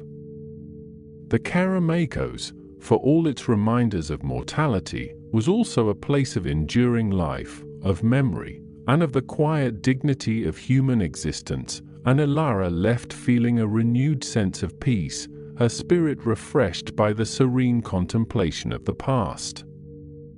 As the afternoon sun began its slow descent, painting the western sky with fiery hues of orange and purple, Theron, having returned from his morning's fishing, found himself at the bustling Piraeus harbor, supervising the unloading of his catch. The docks were a cacophony of sound, the creak of ropes, the shouts of stevedores, the rhythmic splash of waves against wooden hulls, and the squawking of gulls circling overhead, all blending into the vibrant symphony of maritime commerce. The air was thick with the briny scent of the sea, mingled with the aroma of drying fish, tar, and exotic spices carried on ships from distant lands, a rich perfume that spoke of adventure and global connection. Theron, his face weathered by sun and salt, moved with quiet authority among his crew, directing the careful transfer of his abundant catch from his boat to the waiting market carts, ensuring each basket was filled to the brim with glistening, silver-scaled fish. He exchanged brief, hearty greetings with other fishermen, their faces equally etched with the marks of their demanding profession, sharing observations about the day's currents and the movements of the fish, a silent understanding passing between them, born of shared experience and mutual respect. As the last of his catch was loaded, Theron paused, his gaze sweeping across the bustling harbor, taking in the diverse array of ships, sleek triremes, sturdy merchant vessels, and smaller fishing boats, all contributing to the lifeblood of Athens, connecting the city to the wider world. He thought of the distant shores these ships had touched, the different cultures and peoples they had encountered, and a quiet sense of wonder stirred within him, a fleeting glimpse into the vastness of the world beyond his familiar horizon. He saw a group of sailors from a Phoenician vessel, their dark skin and distinctive clothing marking them as foreigners, haggling animatedly over a bale of purple dye, their voices a melodic counterpoint to the Greek spoken around them. Theron, though rooted in his own traditions, held a deep respect for the skills and knowledge of these seafarers, understanding that the sea, in its boundless expanse, connected all peoples, fostering both trade and the exchange of ideas. The sun dipped lower, casting long, dramatic shadows across the docks, illuminating the ancient stones with a warm, golden glow, and Theron felt a profound sense of contentment, a quiet satisfaction in a day well spent, his contribution to the city's sustenance secured. He knew that the fish he had caught would soon be gracing the tables of Athenian families, a tangible link between the tireless efforts of the fishermen and the daily life of the city, a testament to the enduring cycle of provision and consumption that sustained their vibrant society. As twilight deepened, painting the sky with deepening shades of indigo and violet, Demetrius, having spent the day engrossed in his studies, decided to take a solitary stroll through the quiet streets of the Academy, the renowned philosophical school located just outside the city walls. The air was cooler here, carrying the fresh scent of cypress and olive trees, a welcome respite from the dust and clamor of the city, and the silence was profound, broken only by the soft rustle of leaves and the distant hoot of an owl. The Academy grounds, with their shaded porticos and tranquil gardens, were a sanctuary of thought, a place where minds had grappled with the most fundamental questions of existence for generations, and Demetrius felt a deep reverence for the intellectual legacy that permeated every stone and tree. He walked slowly, his hands clasped behind his back, his mind still turning over the philosophical concepts he had been studying, seeking to connect disparate ideas, to find the underlying patterns and truths that bound them together. He passed by a group of younger students, their voices hushed in earnest discussion, their faces alight with the fervor of intellectual discovery, and Demetrius smiled faintly, remembering his own youthful enthusiasm for knowledge. He paused beneath a particularly ancient olive tree, its gnarled branches reaching towards the darkening sky like a supplicant, and leaned against its rough trunk, feeling the quiet strength of its centuries-old existence. He thought of Plato, who had walked these very grounds, teaching and debating, shaping the course of Western thought, and a profound sense of continuity settled within him, a feeling of being part of a timeless intellectual lineage. Demetrius believed that true wisdom was not merely the accumulation of facts, but the ability to question, to analyze, and to synthesize, to continually refine one's understanding of the world, and he found immense satisfaction in this lifelong pursuit. He gazed up at the emerging stars, their distant light a reminder of the vastness of the cosmos, the endless mysteries that still awaited discovery, and he felt a profound humility in the face of such immensity, yet also a renewed determination to continue his quest for understanding. The quiet solitude of the Academy, under the vast, star-dusted canopy of the Aegean sky, was the perfect setting for such contemplation, allowing his mind to wander freely, to connect the microcosm of human thought with the macrocosm of the universe.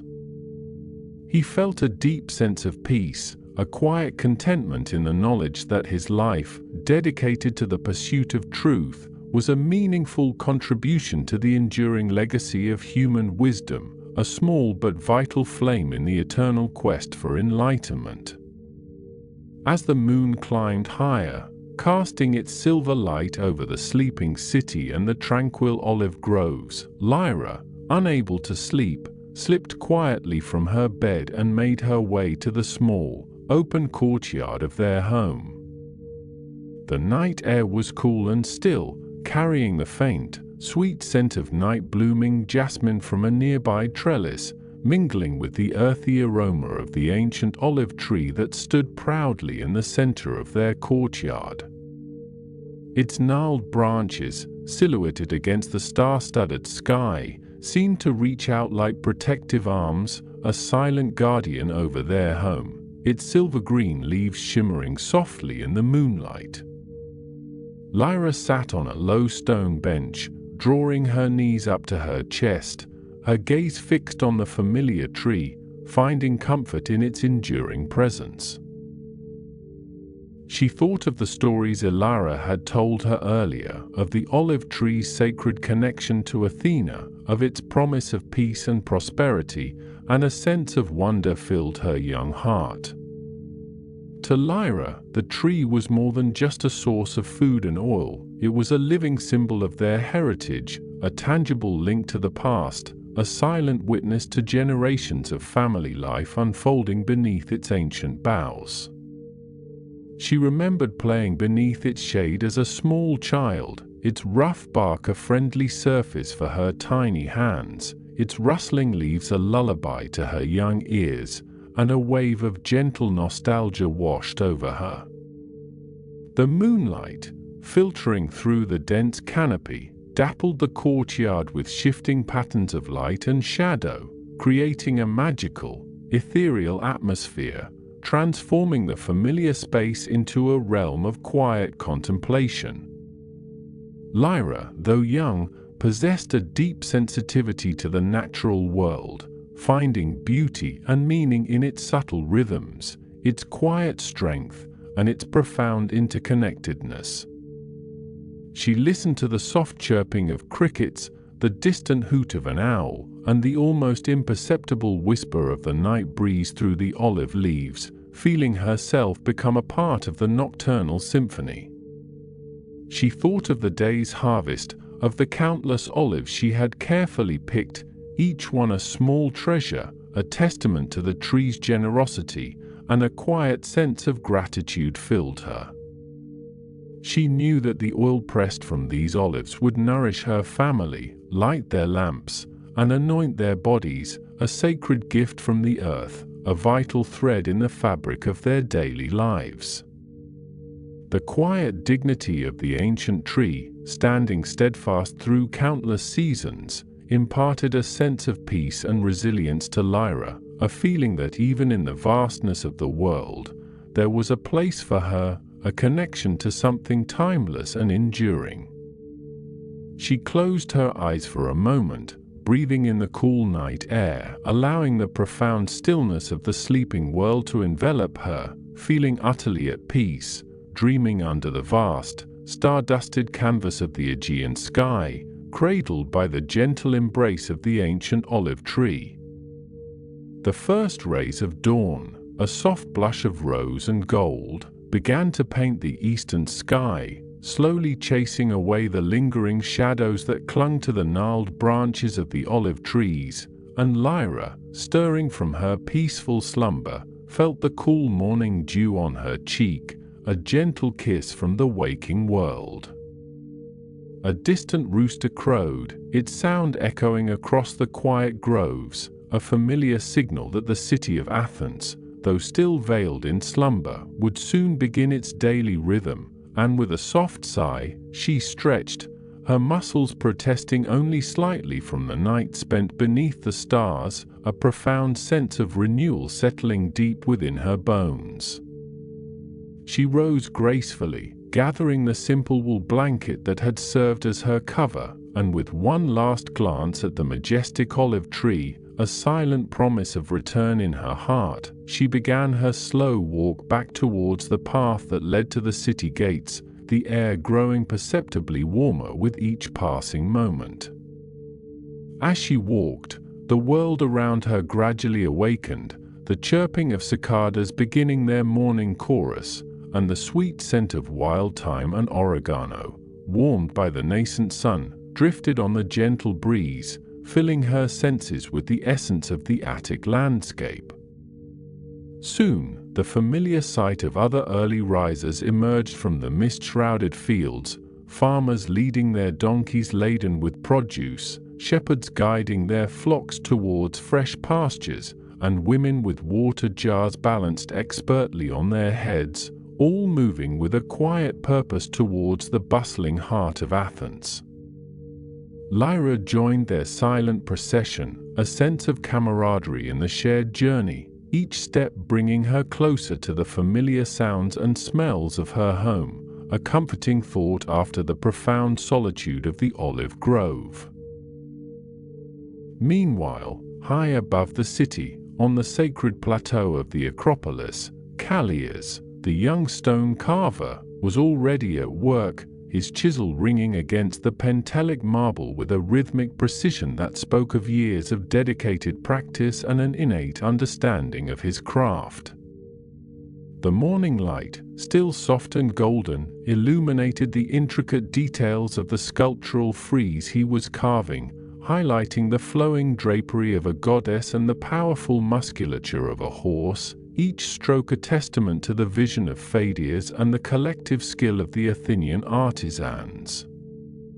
He paused for a moment, wiping a bead of sweat from his brow with the back of his hand, and gazed out over the sprawling city below, its terracotta roofs gleaming in the rising sun, a vibrant tapestry of life unfolding beneath the watchful eyes of the gods. The sheer scale of the Parthenon, even in its unfinished state, was awe-inspiring, a monumental testament to human ambition and divine inspiration, and Kallias felt a profound sense of pride and humility to be a part of its creation, knowing that his hands were shaping a legacy that would endure for millennia. Later that morning, as the sun climbed higher, casting long, sharp shadows across the Pnyx, Theron, the seasoned Athenian citizen, found himself amidst a lively discussion in the Agora, the bustling marketplace and civic center of Athens. The air was thick with the scent of spices, fresh bread, and the earthy aroma of pottery, mingling with the excited chatter of merchants, philosophers, and citizens debating the latest decrees from the assembly. Theron, a man of thoughtful disposition and keen observation, listened intently to a group of men passionately discussing the recent naval victories and the growing influence of Athens across the Aegean, their voices rising and falling like the waves of the sea they spoke of. He valued these impromptu debates, believing that the free exchange of ideas, even contentious ones, was the very bedrock of their democracy, a testament to the intellectual vigor that permeated every corner of their magnificent city. He offered his own measured insights, speaking of the importance of maintaining strong alliances and the need for wisdom in prosperity, his words carrying the weight of experience and a deep love for his polis. Across the Agora, near the Stoa Poikile, Elara, the skilled weaver, was meticulously examining a bolt of newly dyed wool, her fingers tracing the vibrant crimson threads, a color reminiscent of the rich sunsets over the Saronic Gulf. She was searching for the perfect shade for a new tapestry commissioned by a wealthy merchant, a piece that would depict scenes from Homer's Odyssey, a grand undertaking that would require weeks of dedicated work and an artist's eye for detail. Her younger sister, Demetrius, who was still learning the intricacies of the loom, watched her with wide-eyed admiration, absorbing every nuance of Elara's discerning gaze, understanding that true artistry lay not just in technique, but in the careful selection of materials and the vision to transform raw fibers into a narrative masterpiece. Elara, sensing her sister's quiet presence, turned with a gentle smile, explaining the subtle differences in the dye lots, the way the light caught the fibers, and the importance of choosing a hue that would truly bring the epic tale to life, sharing not just knowledge, but a passion that ignited Demetrius's own burgeoning talent. As the midday sun beat down, casting a golden haze over the city, Kallias decided to take a brief respite from the arduous work on the Acropolis, descending the winding path with a group of fellow craftsmen, their voices echoing cheerfully as they discussed the progress of the Parthenon.